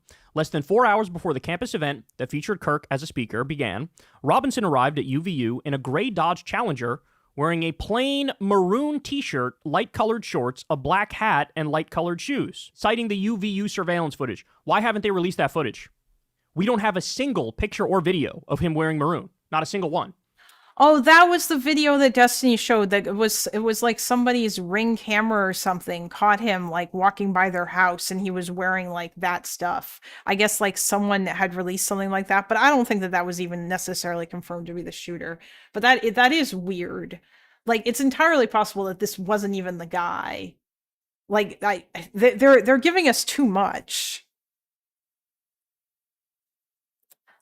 Why haven't they released that? He later changed his clothes on the roof and then jumped down, leaving palm impression smudges that authorities hope to collect DNA from a shoe imprint, according to a police affidavit. At some point, Robinson changed back into the same clothes he arrived in. Very weird. Oh, he showed up wearing the maroon, then he puts on the black, then he changes back into the maroon on the roof, and then changes back into the black when he leaves? Like, I genuinely don't understand what's going on here. The other thing is, again, with the weapon, at the same time he's changing clothes seemingly multiple times, he's also assembling and disassembling the rifle, not only multiple times, but at very bizarre times, too. Like, right after you're done shooting, you have to take the time to disassemble it, and then you reassemble it in the woods. I'm sorry, man, that just doesn't add up. That just doesn't make any sense. All right, let's keep going, because I got a lot more to get to with you. So, right now, what should be going on in your mind? Basically, the gist of that movie is that the CIA and the Mafia killed Kennedy because of Vietnam and Cuba. Oh, okay. I mean, you know what? I feel like that's like more of a conspiracy that I could understand. But I mean, that's probably not true either. But, you know, whatever. That's like a little bit more of a reasonable conspiracy than fucking Israel did it, which is another one that everyone likes to point out by telling some weird lies about AIPAC. Their incompetency is one of the reasons conspiracy theories are running around. Yeah, because they're giving us too much shit. Like, they're so bad. Like, stop commenting on the open investigation and finish your investigation. And then, like, put everything you have in your fucking indictments. What is Kyle getting at? Well, you know what? We'll see. It is, Sub to the channel, like the stream, stop blaming the Jews for everything. Yes, please like the stream and subscribe, because the sooner that I hit 500 subscribers, the sooner that I will be able to monetize this channel. The worst conspiracy is that Israel killed RFK like he was very pro-Israel, and that's what kind of it's time for well, Zog. clearly the truth is not like they're not whatever their official story is obviously bogus. Like, because it just doesn't add up. It just doesn't make sense. Now, does that mean I know what the answers are? No, of course not. I'm just as lost as you guys are. But I'm relaying to you what they're saying, and that doesn't make any fucking sense. So now, here we are. This is somebody who went to school with Tyler Robinson, and he's just going to tell you what his impression of him was. Here we go. I went to school with this Tyler Robinson kid. I'll show y'all. That's him right there. Tyler Robinson. I'm not trying to, like, clout chase, make this shit about me. But, I'm not going to say I knew this kid really well. I didn't know him very well at all, but I definitely saw him for like 3 straight years in high school. And the best way I could describe him is... We're just asking questions here, chat. We're just asking questions. And also, I don't know how much weight I would put onto like random people coming forward and saying, hey, I knew this kid and I went to high school with him, but I also didn't know him that well. But I'm going to tell you a bunch of stuff about him because I just want to say things. Just like a Reddit kid.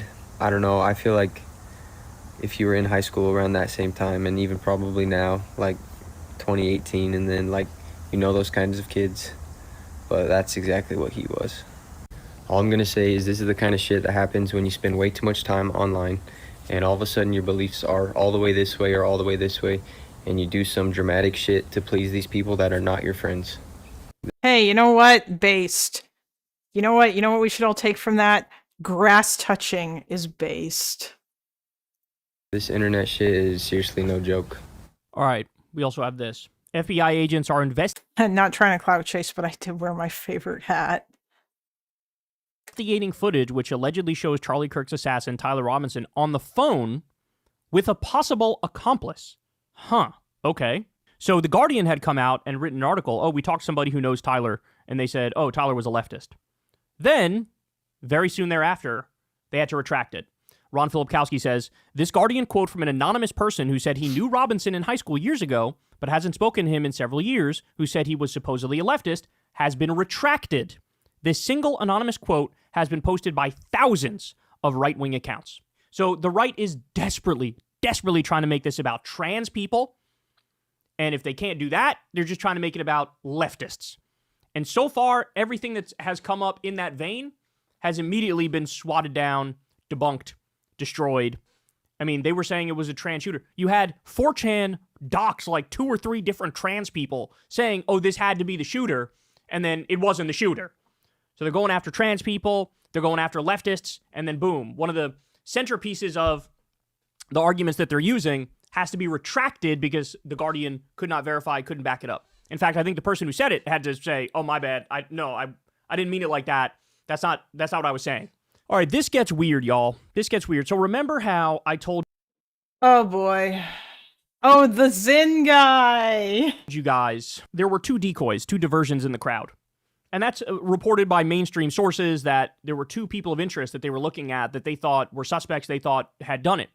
Why are you referring to them as decoys? That's not even necessarily true. Like, it could have just been like 2 random fucks who were like, it was me, I did it, or whatever. Like, one person was this older guy who screamed, shoot me, and I did it, okay?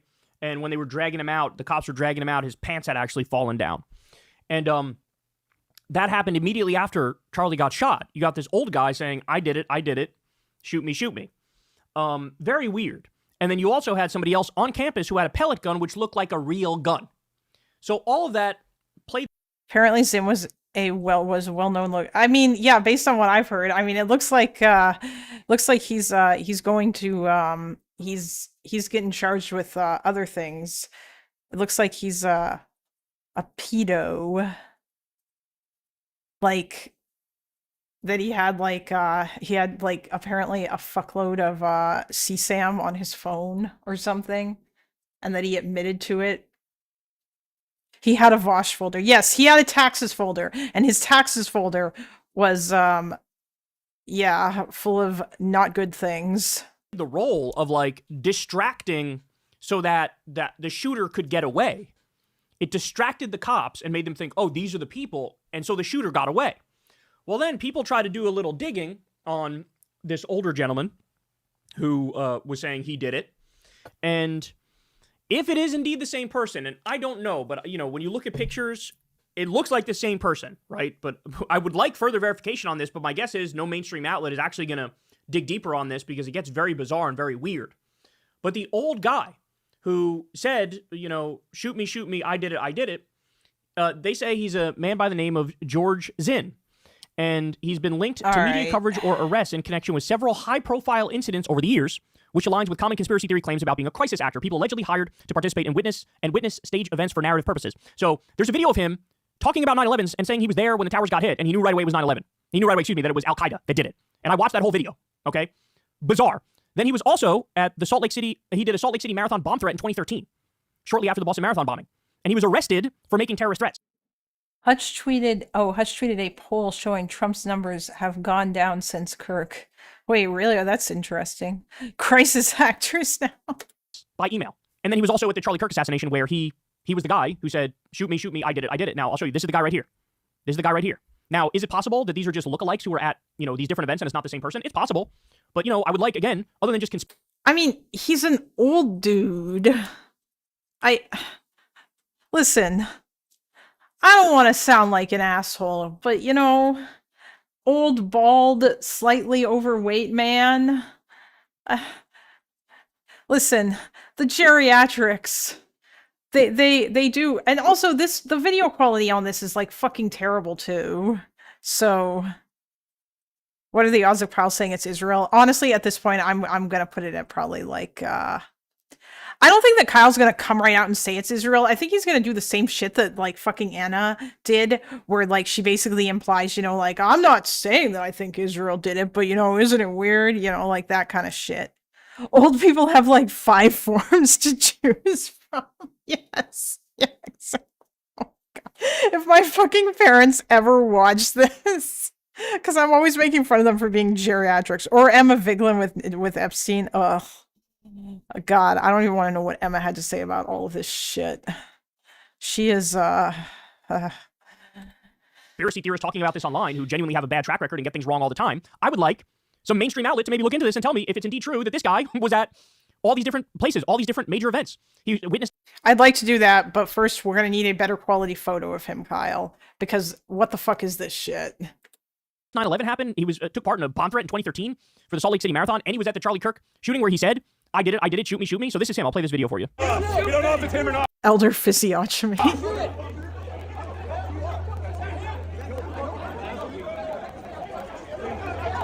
So I'll play again. You can hear him saying, shoot me at the beginning. Listen, here he is. We don't know if it's him or not. Shoot me. That's what he's saying. Very, very weird. I would love for somebody to tell me, no, this is not the same person. And the 9/11 videos out there where he talks, it looks exactly like him, which is why I feel confident enough to bring this to you. And, without a... It looks exactly like him, like 24 years ago, or what is it, like 25? Yeah, what? He hasn't aged a day. This guy's immortal. I don't know, man. Making me look like a total idiot, because I watched the video where he describes being there on 9/11. It looks exactly like him. So is it a different guy? I don't know, but very bizarre. Very bizarre. All right. According to Reuters, Tyler Robinson was living at home, at his parents' home, at the time of the Charlie Kirk assassination. But according to... like, maybe I might be far off with that, but like some people, like the way that they, some people age very well in the sense of like the way that they look, it doesn't change that much. And like they still look young. Like I'm old as fuck and I might not actually look like I'm old as fuck. He's like a vampire that drinks blood. You know who else drinks blood? Oh, yes, that's true. Yes.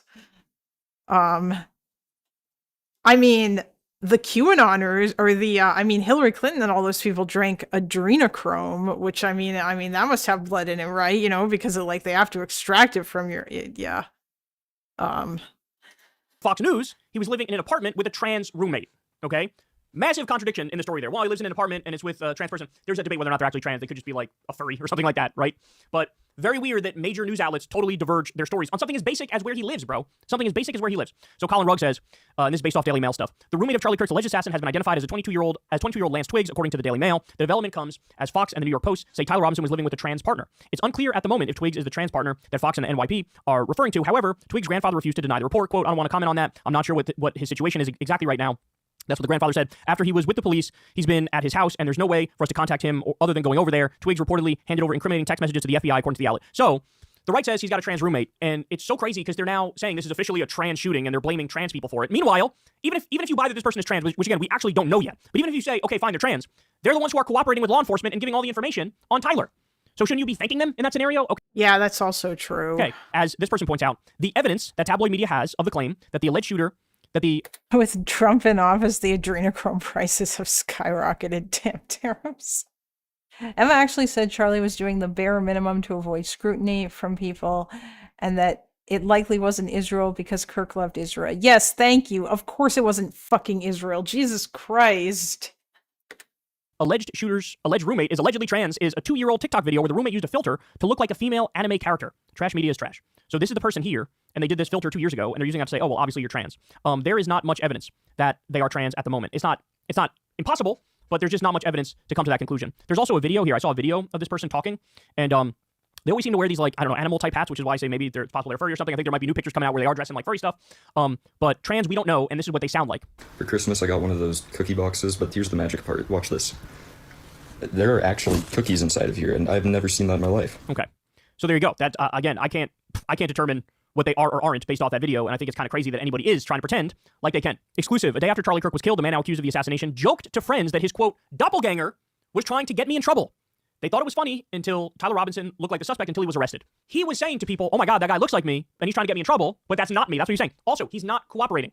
He's not cooperating with the FBI, which means he's either insisting it wasn't him, or the FBI is trying to get him to admit something that he doesn't want to admit to, namely like, hey, you gotta say you're left wing, and he's like, I'm not gonna do that. Those are some possibilities, but they say he is not cooperating, which is very bizarre, especially with all the holes in this story that they're putting out there. All right, more. The FBI is investigating whether assassin Tyler Robinson had an accomplice when he fired the single fatal shot that killed conservative influencer Charlie Kirk. Agents are reviewing footage showing 22-year-old Robinson speaking into a doorbell camera. Wait, AF Post? Isn't AF Post what? Isn't that like America First? What? Is that what? Why is Kyle citing this as if it's a reliable source? Do all of these guys just get all their news from fucking Twitter?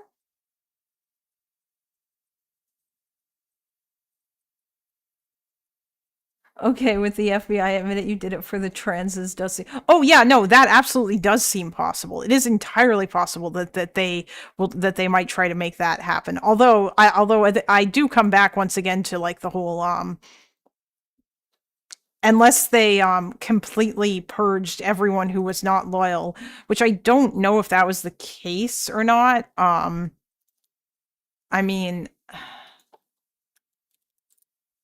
how many FBI employees fired in 2025?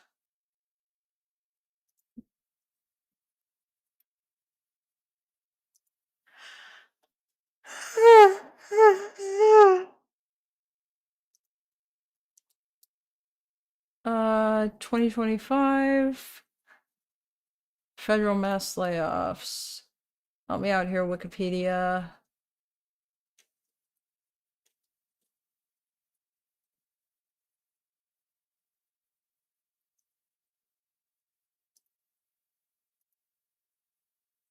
Like, there's no way that they fired every single good cop at the FBI or every single good agent. There's probably a lot of people that are still there. AF Post literally claimed Vosh was paid by USAID because he joked about not having enough money and subs after the aid cuts. Oh, okay. Yeah, then like, why? Why would he? Come on, Kyle. I thought you were better than this. Does he not know that AF Post is like fucking...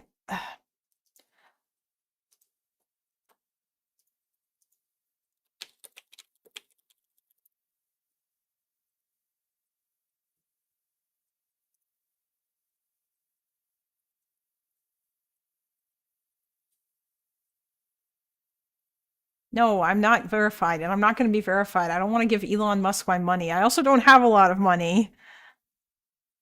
So, like, yeah, there's a donate button in the description chat if anyone wants to give me money, because I don't have a job right now. News and alerts from around the world from an America First perspective, not affiliated with any organization podcast. Yeah, but it's fucking voted against.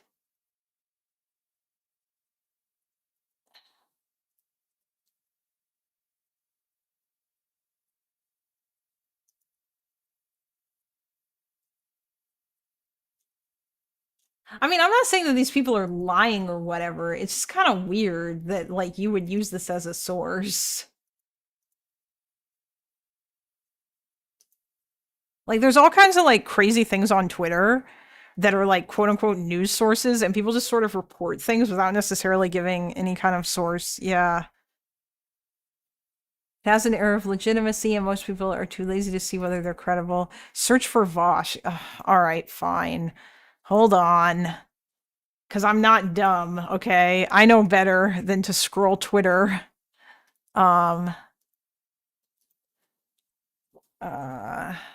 Slash.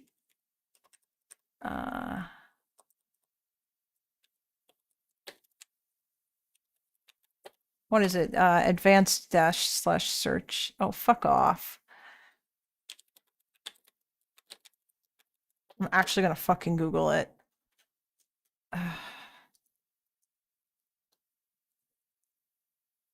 Yeah, no, I am. I'm gonna search for Vosh. Don't you worry, chat. We're searching.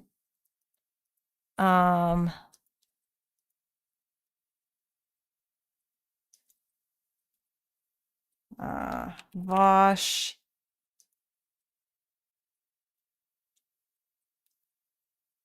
From this account.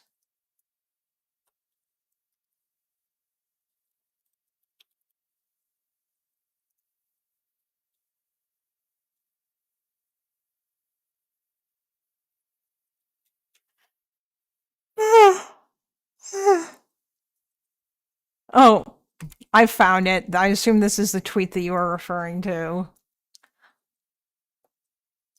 Shortly after USAID is shut down, libtard streamer Vosh is begging fans for sums of money. It is unclear if the two are related in the wake of many left-wing outlets being exposed as arms of USAID. Okay, yeah, never mind. This is a garbage website that is not credible. What the fuck?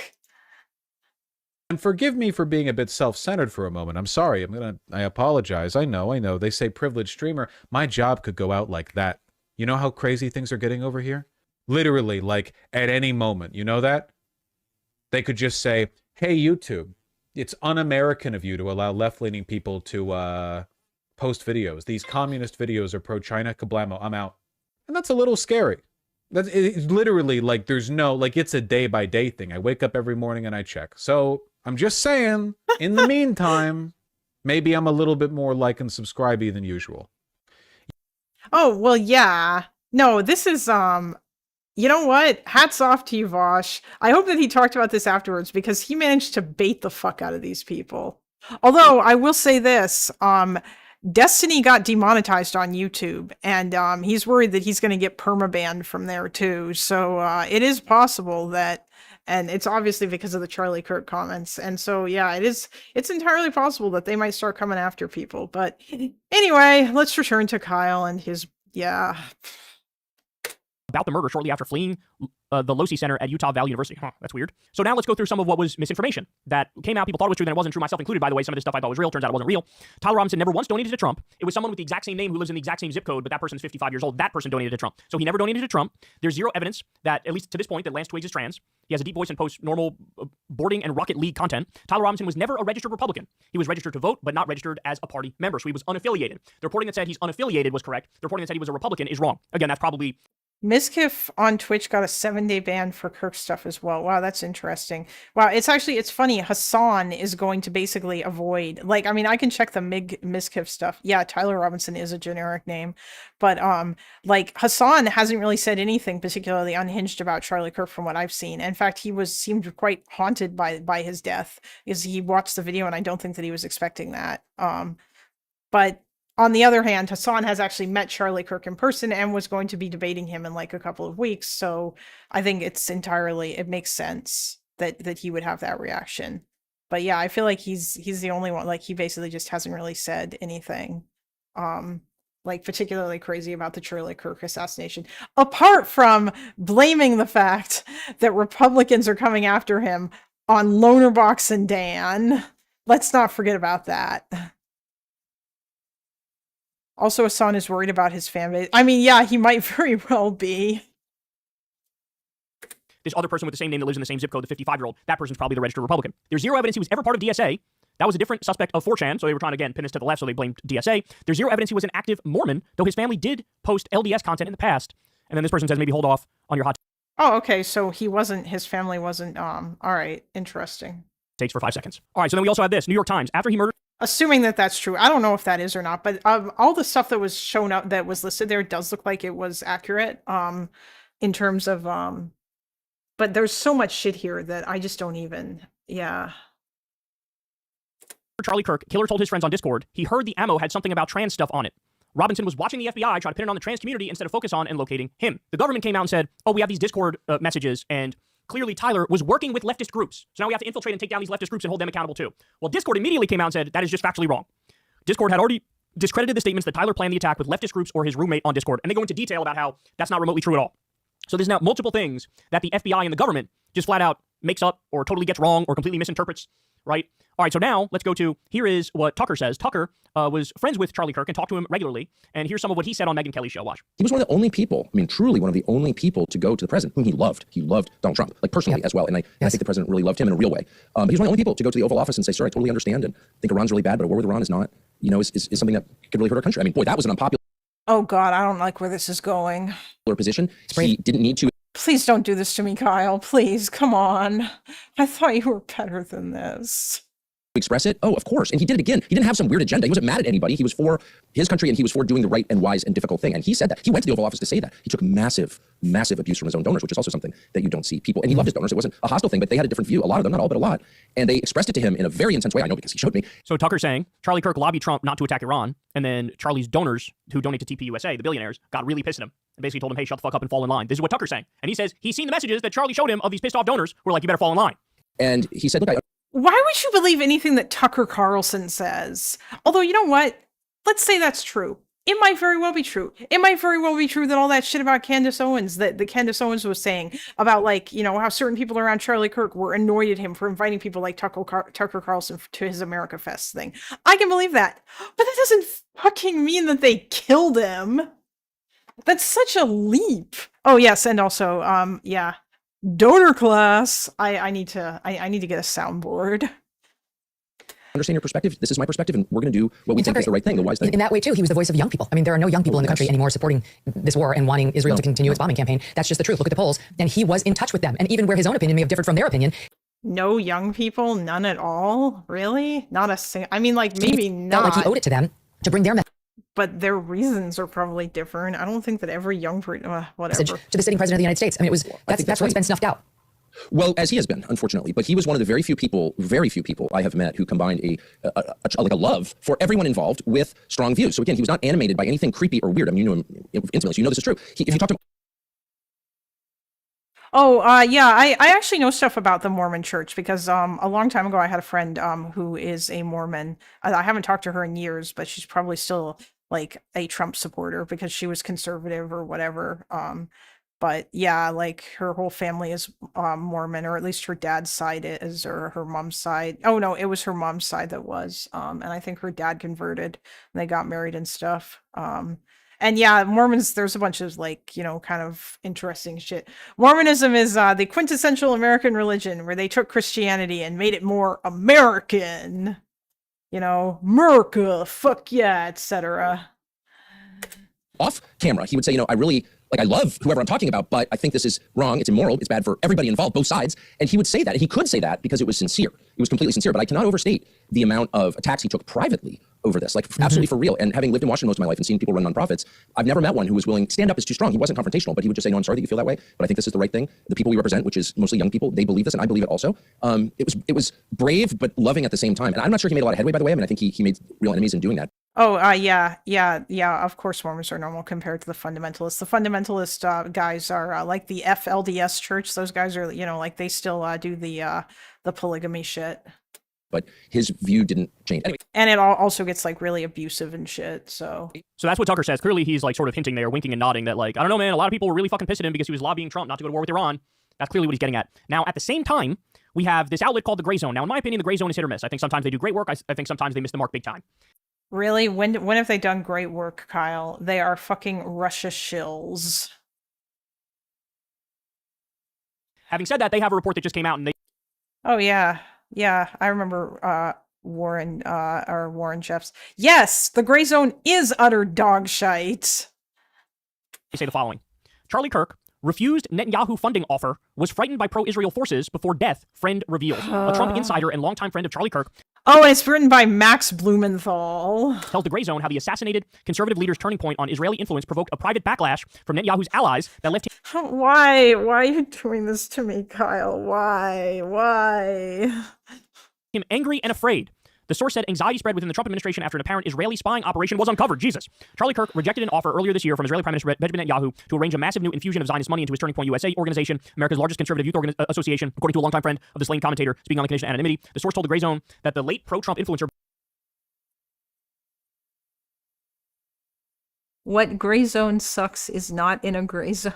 You know, it's funny actually. When I hear the term Gray Zone, I actually think of fuck, I'm gonna butcher this. I think of Primo Levi used the term Gray Zone to refer to the Sonderkommando, which is something that I'm gonna do a stream on at another time. So I'm not gonna talk about them right now. Although a lot of you guys probably already know about them, and the ones who don't are probably immediately going to Wikipedia. Why? Because the FCC won't let him be, obviously. Blumenthal's an unironic token Jew. Wait, what? I don't know what. I'm just gonna keep going. Believe Netanyahu was trying to cow him into silence as he began to publicly question Israel's overwhelming influence in Washington and demanded more space to criticize it. In the weeks leading up to his September 10th assassination, Kirk had come to loathe the Israeli leader, regarding him as a bully, the source said. Kirk was disgusted by what he witnessed inside the Trump administration, where Netanyahu sought to personally dictate the president's personnel decisions and weaponize Israeli assets like billionaire donor Miriam Adelson to keep the White House firmly under its... Oh, I didn't get that reference. I fucked my own joke with a typo. Shit. Rip, it's okay. He supports Hamas and denied a trusted design. Yeah, I'm not surprised by that. Of course he does. Thumb. According to Kirk's friend, who also enjoyed access to President Donald Trump and his inner circle, Kirk strongly warned Trump last June against bombing Iran on Israel's behalf. Charlie was the only person who did that. They said, recalling how Trump barked at him in response and angrily shut down the conversation. The source believes the incident confirmed in Kirk's mind that the president of the U.S. had fallen under the control of a malign foreign power and was leading his own country into a series of disastrous conflicts. By the following month, Zog. Kirk had become the target of a sustained private campaign of intimidation and free-floating fury by wealthy and powerful allies of Netanyahu, figures he described in an interview as Jewish leaders and stakeholders. He was afraid of them, the source emphasized. At TPUSA, the rift with Israel widens. Kirk was 18 years old when he launched TPUSA in 2012. From its inception, his career was propelled by Zionist donors who showered his youth organization with money through neoconservative outlets like David Horowitz Freedom Center. He repaid his wealthy backers over the years by unleashing a relentless fire hose of anti-Palestinian and Islamophobic diatribes, accepting propaganda trips to Israel and sternly shutting down nationalist forces, challenging his support for Israel during TPUSA events. In the Trump era, few American Gentiles had proved more valuable to the self-proclaimed Jewish state than Charlie Kirk. But as Israel's genocidal assault on the besieged Gaza Strip drove an unprecedented backlash within grassroots right-wing circles, where only 24% of younger self-proclaimed Jewish Republicans now sympathize with Israel over the Palestinians, Kirk began to shift. At times, he told the Israeli line, spreading disinformation about babies beheaded by Hamas on October 7th and denying the famine imposed on the population of Gaza. Yet he simultaneously ceded to his base, wondering aloud if Jeffrey Epstein was an Israeli intelligence asset, questioning whether the Israeli government allowed the October 7th attacks to proceed in order to advance long-term political goals, and parroting narratives familiar to his most vociferous critic on the right, streamer Nick Fuentes. This July, at his TPUSA Action Summit, Kirk provided a forum for the right-wing grassroots to vent its fury about Israel's political hammerlock on the Trump administration. There, speakers from former Fox News stalwarts Tucker Carlson and Megyn Kelly to anti-Zionist Jewish comedian Dave Smith denounced Israel's blood-soaked assault on the besieged Gaza Strip, branded Jeffrey Epstein an Israeli intelligence asset, and openly taunted Zionist billionaire like Bill Ackman for getting away with scams despite having no actual skills. So this goes on, and they go on to say that Israel was caught putting spying devices on Trump's vehicles, and that Trump is actually afraid of Israel too. That's what this piece goes on to say. All right, then we have this. This came. And you're just gonna take this. By the way, I'm pretty sure that didn't it come out that wasn't there like an article somewhere? hey, the Gray Zone. Aren't they the guys who are funded by Iran? Like, when did Kirk ever have sympathy for the Palestinians? What is Kyle on about? He's lost the in the sauce. I think that the idea here is that that basically oh yeah, and he's citing the New York Post, you know. I think that what that article was maybe like, I feel like the only like the real grain of truth in there is that probably there was like some push and pull within the TPUSA movement, because that Charlie Kirk was probably like being pulled back and forth between the anti-Israel and pro-Israel people, because like the older people within his within the Republican movement are going to be more pro-Israel, and like a lot of the younger people aren't necessarily, because of the whole populist isolationist shit. And yeah, like I can totally believe that, but this whole Charlie Kirk was afraid of getting killed shit is incredibly fucking ridiculous. Like if Israel was gonna like start assassinating people in America, there is no way that Charlie Kirk would be even anywhere near the top of that list. Why would they do that? From the New York Post said Charlie Kirk and Rabbi Powell talked for hours before his death. Quote, he was in a combative mood. So people are interpreting this different ways. Some people are saying, well, look, obviously he was still a very close ally of Israel, because this guy is literally an Israeli rabbi. And, you know, this guy was literally teaching him, here's how you respond to pro-Palestine people. Here's what you say to defend Israel effectively. So that's what some people are saying. Other people are looking at this and they're saying, okay, this is the state of Israel dispersing a rabbi to try to get Charlie Kirk to fall in line. And Charlie Kirk was combative with them. What? Hold on. What does this article actually say?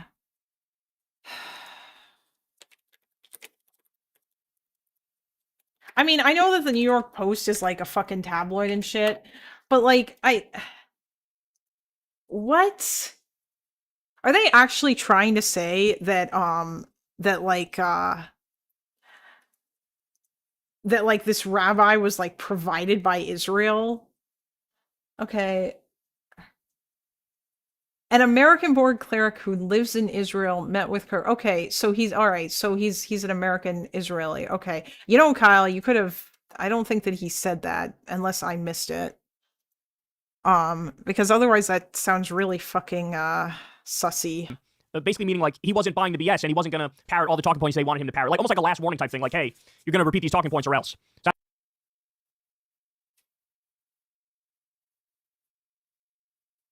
that's how other people are looking at it. Then we get how the administration is using this, right? The FBI, in coordination with state agencies, has formally opened investigations into multiple leftist organizations. I'm very sus of, by the way, of these fucking like Twitter things like raw alerts or whatever, where they don't cite anything, and like I'm just like, does anyone know if any of this is just accurate? Like these just random fucking Twitter accounts that just like come out and say things. Is this corroborated anywhere? Like where are you getting these from? Do we know that these are run by like good journalists? Like,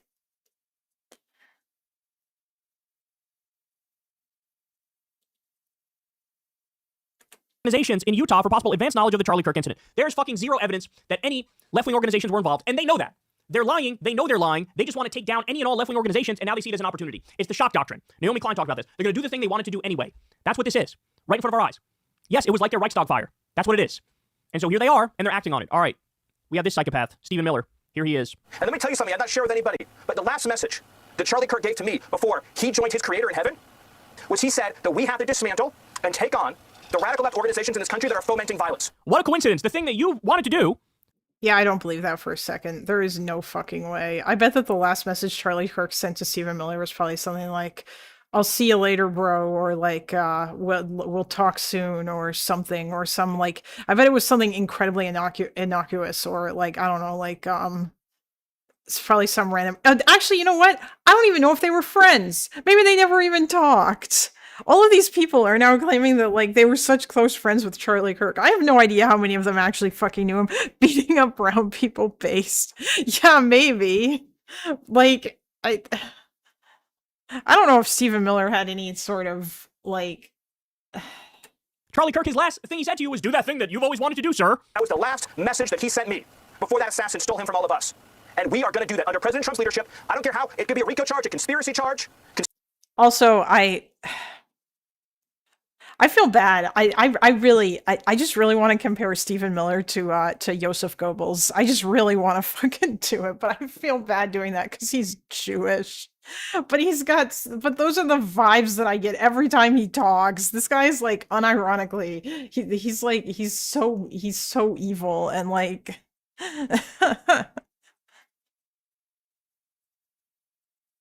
I find it interesting. He said he's creator being. I mean, they like all the Abrahamic religions believe in the same God, right? For Stephen Miller is proof that phrenology is real, but for political ideology, yeah, I mean. conspiracy against the United States, insurrection, but we are going to do what it takes to dismantle the organizations and the entities that are fomenting riots, that are doxing, that are trying to inspire terrorism. Bringing up doxing is mental because there is a whole giant outlet that is now dedicated to doxing anybody and everybody who even mildly criticized Charlie. Even people who said, I condemn the murder fully and completely. But I'm not going to pretend like he didn't have horrible politics. He did. Even people who just say that are getting doxed. And here they are. It's perpetual victimhood stuff. At the same time, they do one of the most oppressive plans you've ever seen in your life. Wait, really? Oh, damn, that's interesting, Pat. If you join my Discord, you should put the story about that in the stream suggestions, because I think that would be interesting to read about, even if I don't like look at it on stream or whatever. I am planning on streaming tomorrow though, or Sunday, whichever day because I think that Loner usually takes the weekends off, and so I'm actually going to try and see if I can do this for like 8 hours or something. And I'll see if I can like announce in his Discord and see if I can like get some level of concurrent viewers, because I got some stuff that I want to do. I actually want to respond to and debunk a GDF video, but I have to do like a bunch more research for it. Kalinda, any general thoughts on Mark Carney? I haven't really been paying as much attention as I should have. He seems all right, but there are some things that he's doing that I don't particularly like. Like I think he's caving to Trump too much with border searches and stuff. And like, I worry about that. He said he might stream tomorrow actually, but there's no guarantee. Yeah. I will, like if I were to stream tomorrow, I don't know at what point I would start. Although I feel like it would probably be in the morning because I am yeah.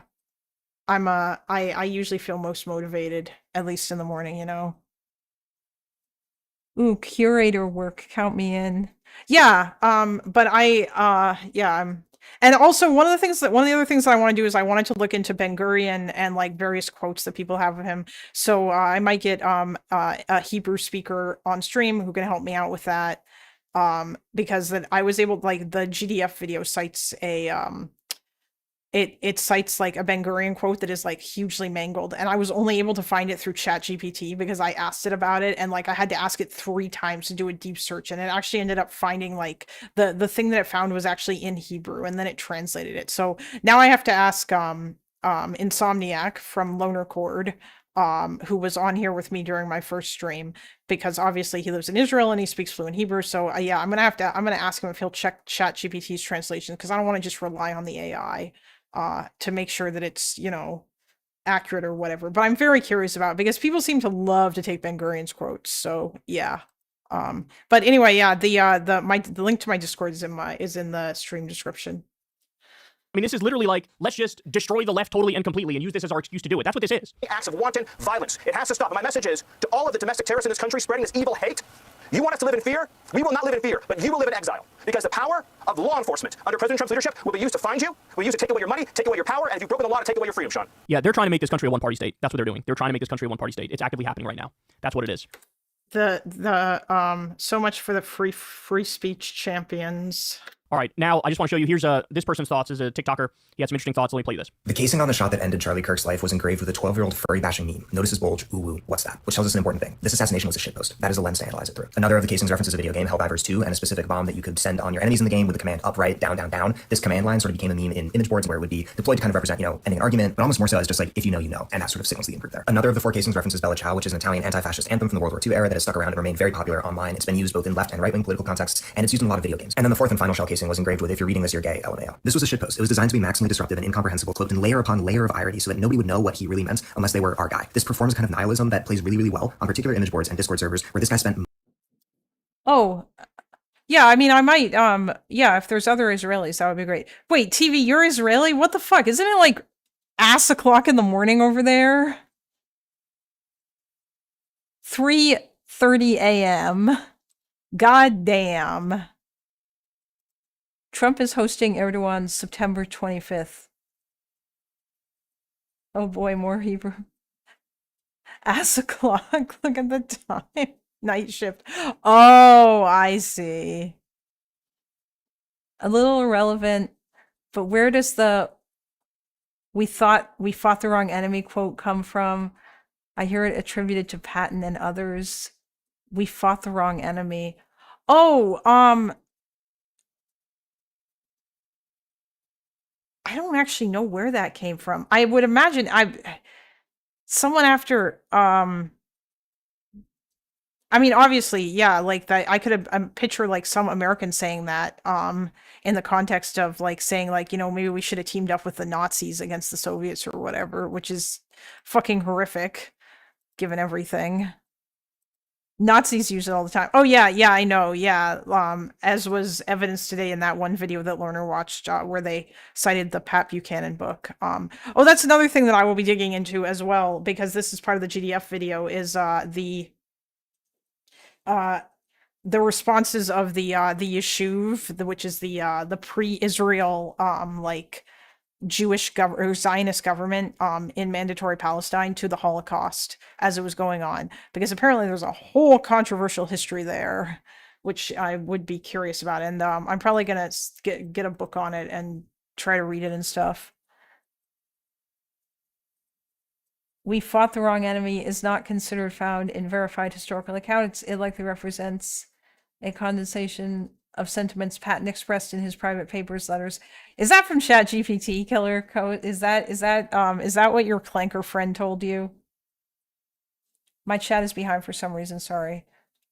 If you refresh the chat, like if you change it, if you go to like to switch from top chat to live chat, then it should work again. Anyway, I'm going to continue this because we're almost done with this goddamn video. Most of his life. And I say most of his life because that furry meme is from 2013. He was 10 years old when it was first posted and became popular. He, like you and I, grew up alongside this part of the internet that trickled out through the other platforms that we went on and has actually informed and driven a lot of our politics. Half of the administration right now is content creators. And all of the guys who are wearing masks going out on these deportation raids, the guys who are staffers of Republican members of Congress in these different executive departments, the guys who are 19 years old called invite you on to those things, these are all Reddit kids. These are all guys who were on 4chan in 2013 laughing at that furry meme. Now the question everybody's asking is, was this kid a groiper? And the question everybody's parents are asking is, what is a groiper? So groipers are the most extreme fringe of this kind of image board nihilistic culture that I'm talking about. They're led by Nick Fuentes, who is a content creator and a streamer, and they really are about transgressing any boundary that exists. They're like explicitly white nationalists, really bad, horrible people. The name groiper originates from this variant of Pepe the Frog, which comes about in the late 2010s, and these guys adopt it as a kind of collective self-portrait. They make it their profile picture, they make it their moniker. There was the Groiper War of 2019, in which Nick Fuentes and his people trolled Charlie Kirk and Turning Point USA, showing up at these debate events and asking questions that would push Kirk to say things that were even more extreme than Kirk was already saying. So where Charlie Kirk took like one step toward these kind of lighter Christian nationalist ideas, the Groipers took two steps. They demanded that he make the subtext text. One post people have been citing as proof of the Groiper hypothesis is this one from his mother's Facebook that shows him dressed up as a meme for Halloween. It seems like the meme is called Nick Pepe, which is a 4chan meme to my understanding, but I don't quite associate it with Poll, which is like the political board on 4chan that most people are talking about it. I see it more as like a K meme, and sort of like a rare Pepe type thing. But again, like many Pepe or Groiper memes, the core of this is a lonely male figure in sort of an immiserated landscape looking sad. And that's part of the story I wish more people were talking about. What's driving our political violence isn't just polarization, where one side is getting more radical and kind of undermining democracy, nor is it algorithms, like some have said, that are like pickling the brains of young people. It is that feeling, which these Pepe memes represent, of you're always going to be alone, you're never going to have a future, and you're never going to have a voice. And that feeling, which is by no means rare or unusual in our society today, collides with a particular set of circumstances. This long entrenched nihilistic online tradition, the ready availability of firearms, and the increasing derangement of mainstream discourse, this ambient sense of like tension and volatility that exists in the air. By the way, this all seems like pretty good. Like I feel like this sets like this guy, who is this dude?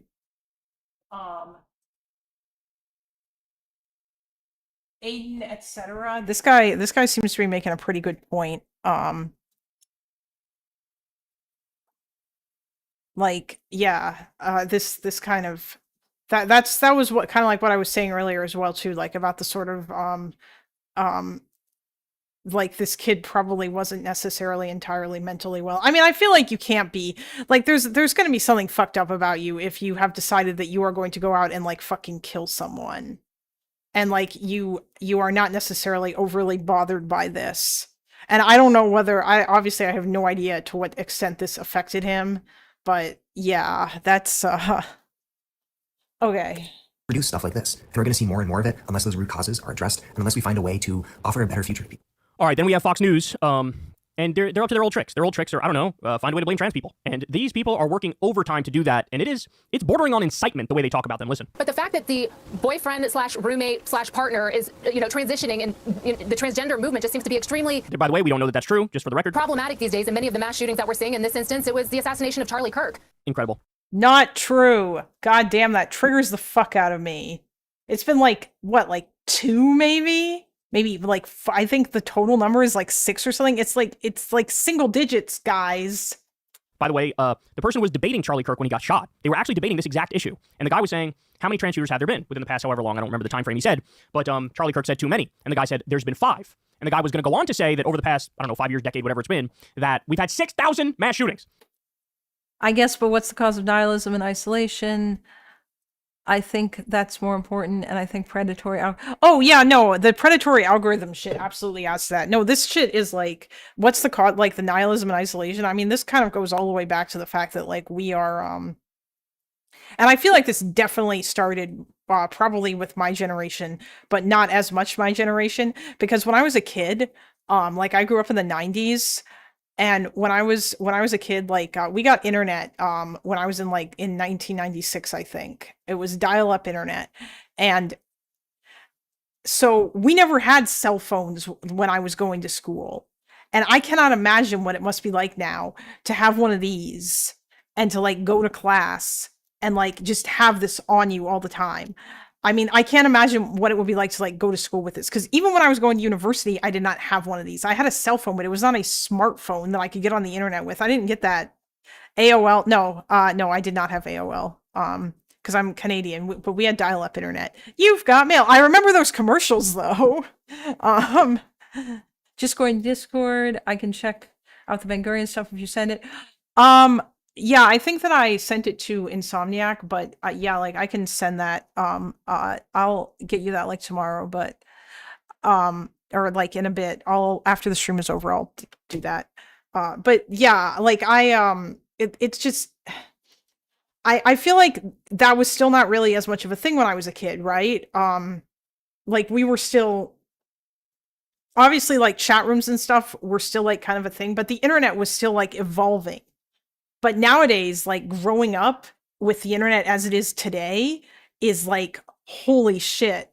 It's probably like so much easier to just like, especially if you are lonely and like shy and you don't necessarily have lots of friends at school or whatever. It's so much easier to like just make friends on Discord and that be your, and there's not necessarily anything wrong with that, but I do think that there is value in like getting out of your house and like interacting with other humans and like doing things like going for walks and stuff. Like about a year ago, I took like time off of work and I got into this habit of going for walks every single day. Angry walks, as I listened to Loner Box and some of Destiny, but a lot of the times Loner Box. God, Galinda, you're making me feel ancient. Hey, I'm really old too, man. I actually quite enjoy that. But yeah, like if we accuse people in that TIVS demographic, or this demographic versus that demographic, who has done more politically motivated murders according to their birth certificate? I mean, goddamn, I would have to look back through. Obviously, like political violence has been a thing in the United States, and like there are different things. No, I'm not in my 20s. Do I look like I'm in my 20s? I mean, I probably do because of my mother. My mother has those anti-aging genes, and she passed them down to me. No, I am 41 years old. I was born in 1984. Literally 1984. It's okay. Yeah, I'm old as fuck. And yeah, like I said, I grew up in the 90s. But you know, like, and I mean, like, obviously, like my childhood was still like my parents, we went fishing and we did a whole bunch of stuff. And like, we played with water guns when I was a kid, like me and my brother. And I went skiing, downhill and all that. And yes, millennials rise up, you know, like I definitely did not, really turn into a person who was on the computer constantly until like a little bit later. And yeah, it's my birthday today. Now I don't feel as old. Well, happy birthday. Happy birthday, Matt Kitan. Anyway, let's finish this fucking video. Out of 6,000, 5 have been trans, and the right is now all in on trying to pretend like there's this epidemic of trans shooters. When look, if we're being honest, we all know the demographic breakdown of the people who usually are particularly the school shooters. Then we have this cope. And Wokeness says, from a regular middle-class family, good grades, went off to college, became an extremist Antifa killer. Pedro Gonzalez says, Tyler Robinson went to an essentially conservative college in a very conservative part of an already conservative state as an engineering major and then dropped out after 1 semester. He wasn't radicalized by college. His soul was poisoned online in group chats and dark subcultures, but these people don't care about any of that. They just want to make you angry, not try to understand anything or get to the root of things. There's the other thing. It's all about, if they're not blaming trans people, they're trying to find a way to blame leftists. If they're not blaming leftists, they're trying to find a way to blame college. So here we have another example right here. A Fox host says, you heard the family member say this man has become more political in recent years. What did he do in recent years? He went to college. That is where kids are getting radicalized, not just online. our campuses are where a lot of radicalization, hate, and intolerance starts from. As this person says, that hotbed of leftist militancy, the electrical apprenticeship program at Utah's Dixie Technical College, which he went to for less than a semester during COVID, so he was mostly at home. They're just grasping at straws.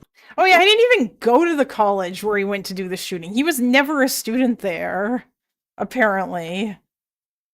Or like, yeah, wait, no, he didn't. He didn't, did he?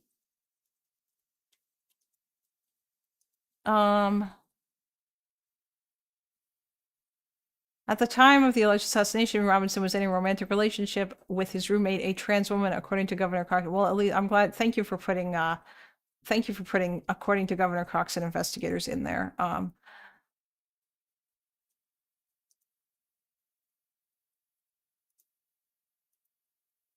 Oh yeah, Dixie Technical College. This is from NBC. Yeah, he was there for a semester and then drops out and signed up for trade school.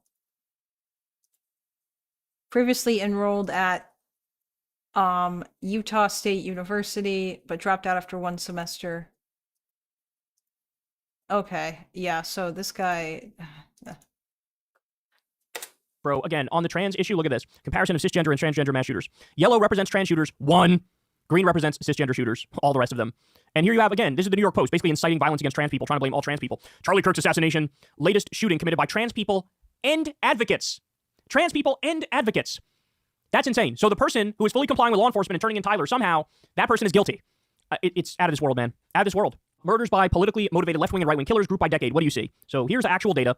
And by the way, the methodology and everything is right under here in this link. But here are the numbers. Yeah, and okay, it is Kyle. overwhelmingly right-wing political violence. That makes it the majority of political violence. The left is not even close. It's not even remotely close. All right, more. Another outlet. Here's who they're trying to blame. It's like we're back in fucking 1999 again, y'all. They are trying to blame gamers. Somehow they're blaming video. They targeted gamers! Trade schools are famously known for being a hotbed of leftist thinking. Yes, absolutely. Cox is the name of the local cable company for mailings. Oh, hey, I know about Cox Communications.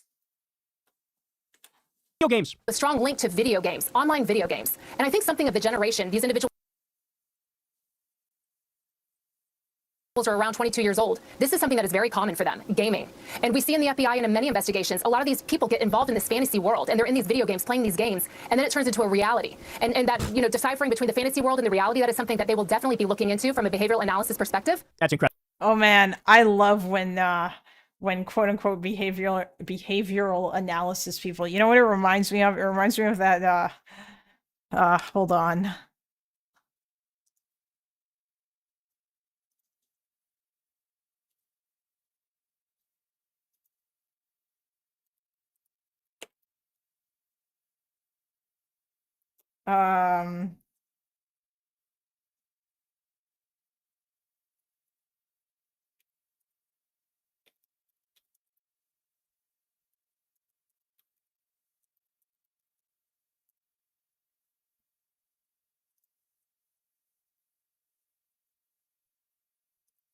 Aw, damn it, I'm not gonna be able to find it. The scene in Die Hard where they have the guy talking about the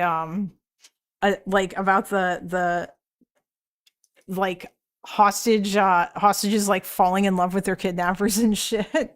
That's like anytime I see people like doing this, like let's do psychology shit on TV, that's what I think of, because it just seems so fucking fake. Guys, they've done like 1,000 studies on this, and every time the response is super clear that there is zero connection between video games, even violent video games, and violence. All right, Kyle, we've got like not much time left here, so please, are you gonna tell us about how like it was a hit in the real world? Japan is like one of the top countries when it comes to playing video games, even violent video games, and they have like next to no gun violence. There's zero fucking connection. How readily available guns are is like the biggest piece of the puzzle, by the way. But look, if you want to have a conversation about like the dark underbelly of the internet, I'm definitely here for that conversation.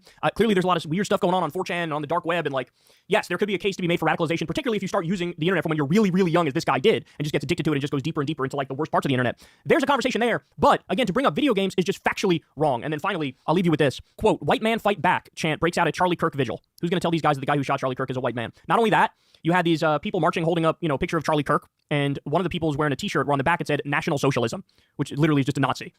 So here we go. Man, fight back! White man, fight back! White man, fight back! White man, fight back! White man, fight back! White man, fight back! White man, fight back! White man, fight back! That's crazy. So you can be a Nazi who's at a vigil for Charlie Kirk wearing a Nazi shirt. You could be chanting "White man, fight back," and this is all fine and dandy. Nobody will even bat an eyelash at it. Meanwhile, if you condemn the shooting of Charlie Kirk but say I also disagreed with him, you get fired. We're going to do a separate segment on that in just a second, but here are all of your updates. Hey, y'all, do me a favor and like and subscribe. It helps out big time in the algorithm. Click the bell as well for notifications when videos drop, and watch that video on screen right now. You know you want to. Okay, I mean, that was kind of disappointing. He didn't even explain his, like, white men fight back against what? Oh, you know what? Apparently.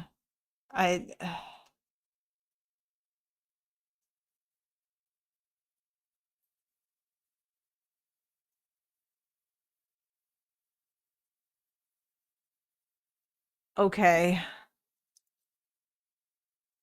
Yeah, I don't know. Okay, you know what? Yeah, he did. He basically kind of did do the Zog shit. He did the Zog shit without fully doing the Zog shit. Like, he didn't go full on into it. But it was very clear that he was hinting at that without, like, actually coming out and saying it. Like...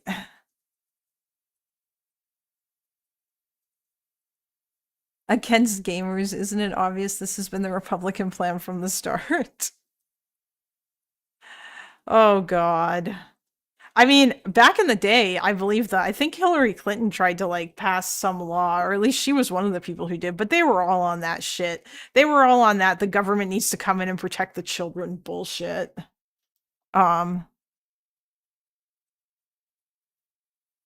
you actually not know what they mean? I think he assumed it was obvious. I just wish they said it out loud. It was Gore's wife, I think. Oh, yeah. He said all the Zog shit without... Yeah, basically. Like, he said it without saying it. Like, he essentially did the same thing that Anna Kasparian did. Where like, he brought up all this shit from the fucking gray zone, no less. So, yeah, that was, incredibly disappointing still. So I am still very disappointed in you, Kyle, that you would, like, even entertain this, like, conspiracy garbage, and that you were at the beginning saying that, like, I still think it was, like, a professional hit or whatever. I mean, because, like, I know that he did another video on this.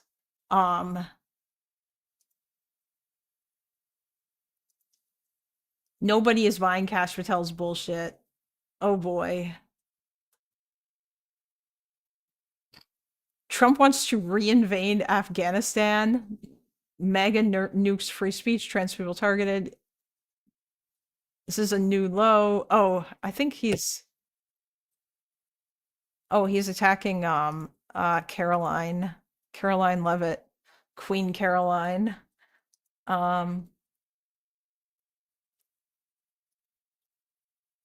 Trump loyalty test, yeah, there was like another video, like an hour-long fucking video where he talks about this. Oh, hello. Hello again. Hello, sir. Yeah, just asking questions that shit. The theory that Charlie's neck just did that is way more plausible than Zog. It's important to note that we disagree on the motive. We all agree something is off. Yeah, like, I do think something is off. And I think that something is largely because that Kash Patel is fucking stupid and he doesn't know what he's doing. And it seems like he has fired a lot of the competent people. Or, like, they're just...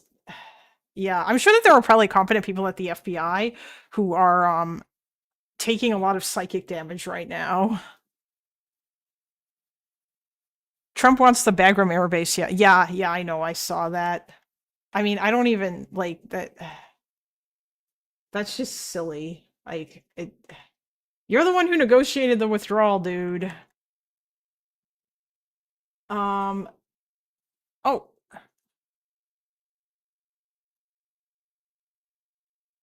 That's a big car. 9 days ago. I mean, for the most part,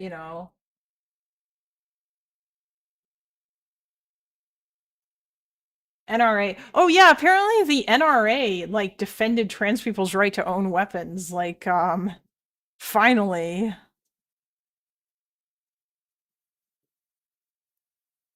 Trump wants Bagram base back in the US hands. Yeah, Oh, yes. Yes, the cat is here. You probably can't hear him, but he is purring, and he is very loud.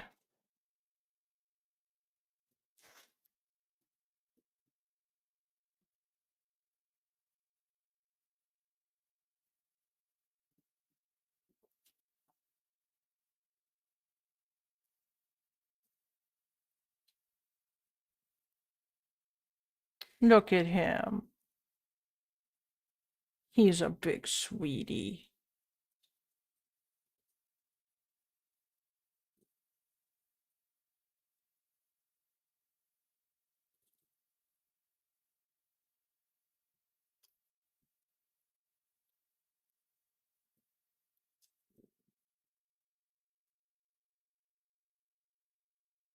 Oh, you guys can't see this. I'm just giving him some, I brush his teeth sometimes, and I'm just giving him some cat toothpaste.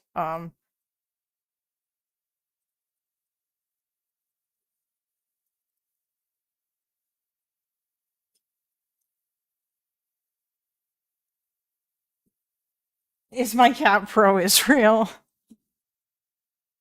I don't know, Stuart. Are you pro-Israel? Do you love the Jews?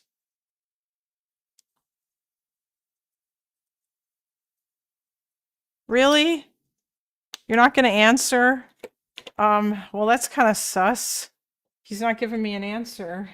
I don't know if he's pro-Israel. Or rather, I don't know if he loves the Jews.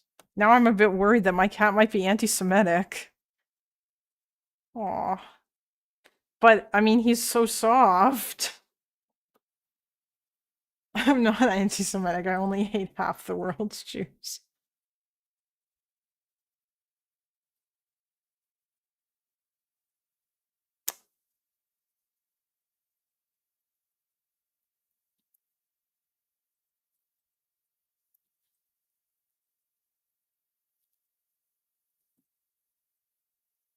Aw.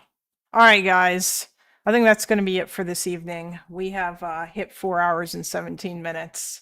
But I will try to be back tomorrow. If not tomorrow morning, tomorrow afternoon, or whichever day Loner is. Yeah, because I'm sure that he won't stream. I mean, hell, he might not stream. Yeah, thank you very much. Maybe I'll make that Kyle thing into a segment. But yes, have a good evening, and well, yeah. Yep. Have a good night, chat. Thanks very much for, thanks y'all for tuning in. And I still don't know how to raid people, and I also don't have anyone that I can raid because no one has given me perms. So, I mean, kind of go your own way. Dylan is live. Go watch Dylan. Or, I'm really important if he's live. Or, I mean, Destiny if that's your thing. But yeah, I mean, Dylan. Dylan Burns is awesome. Anyway, have a good night, everybody.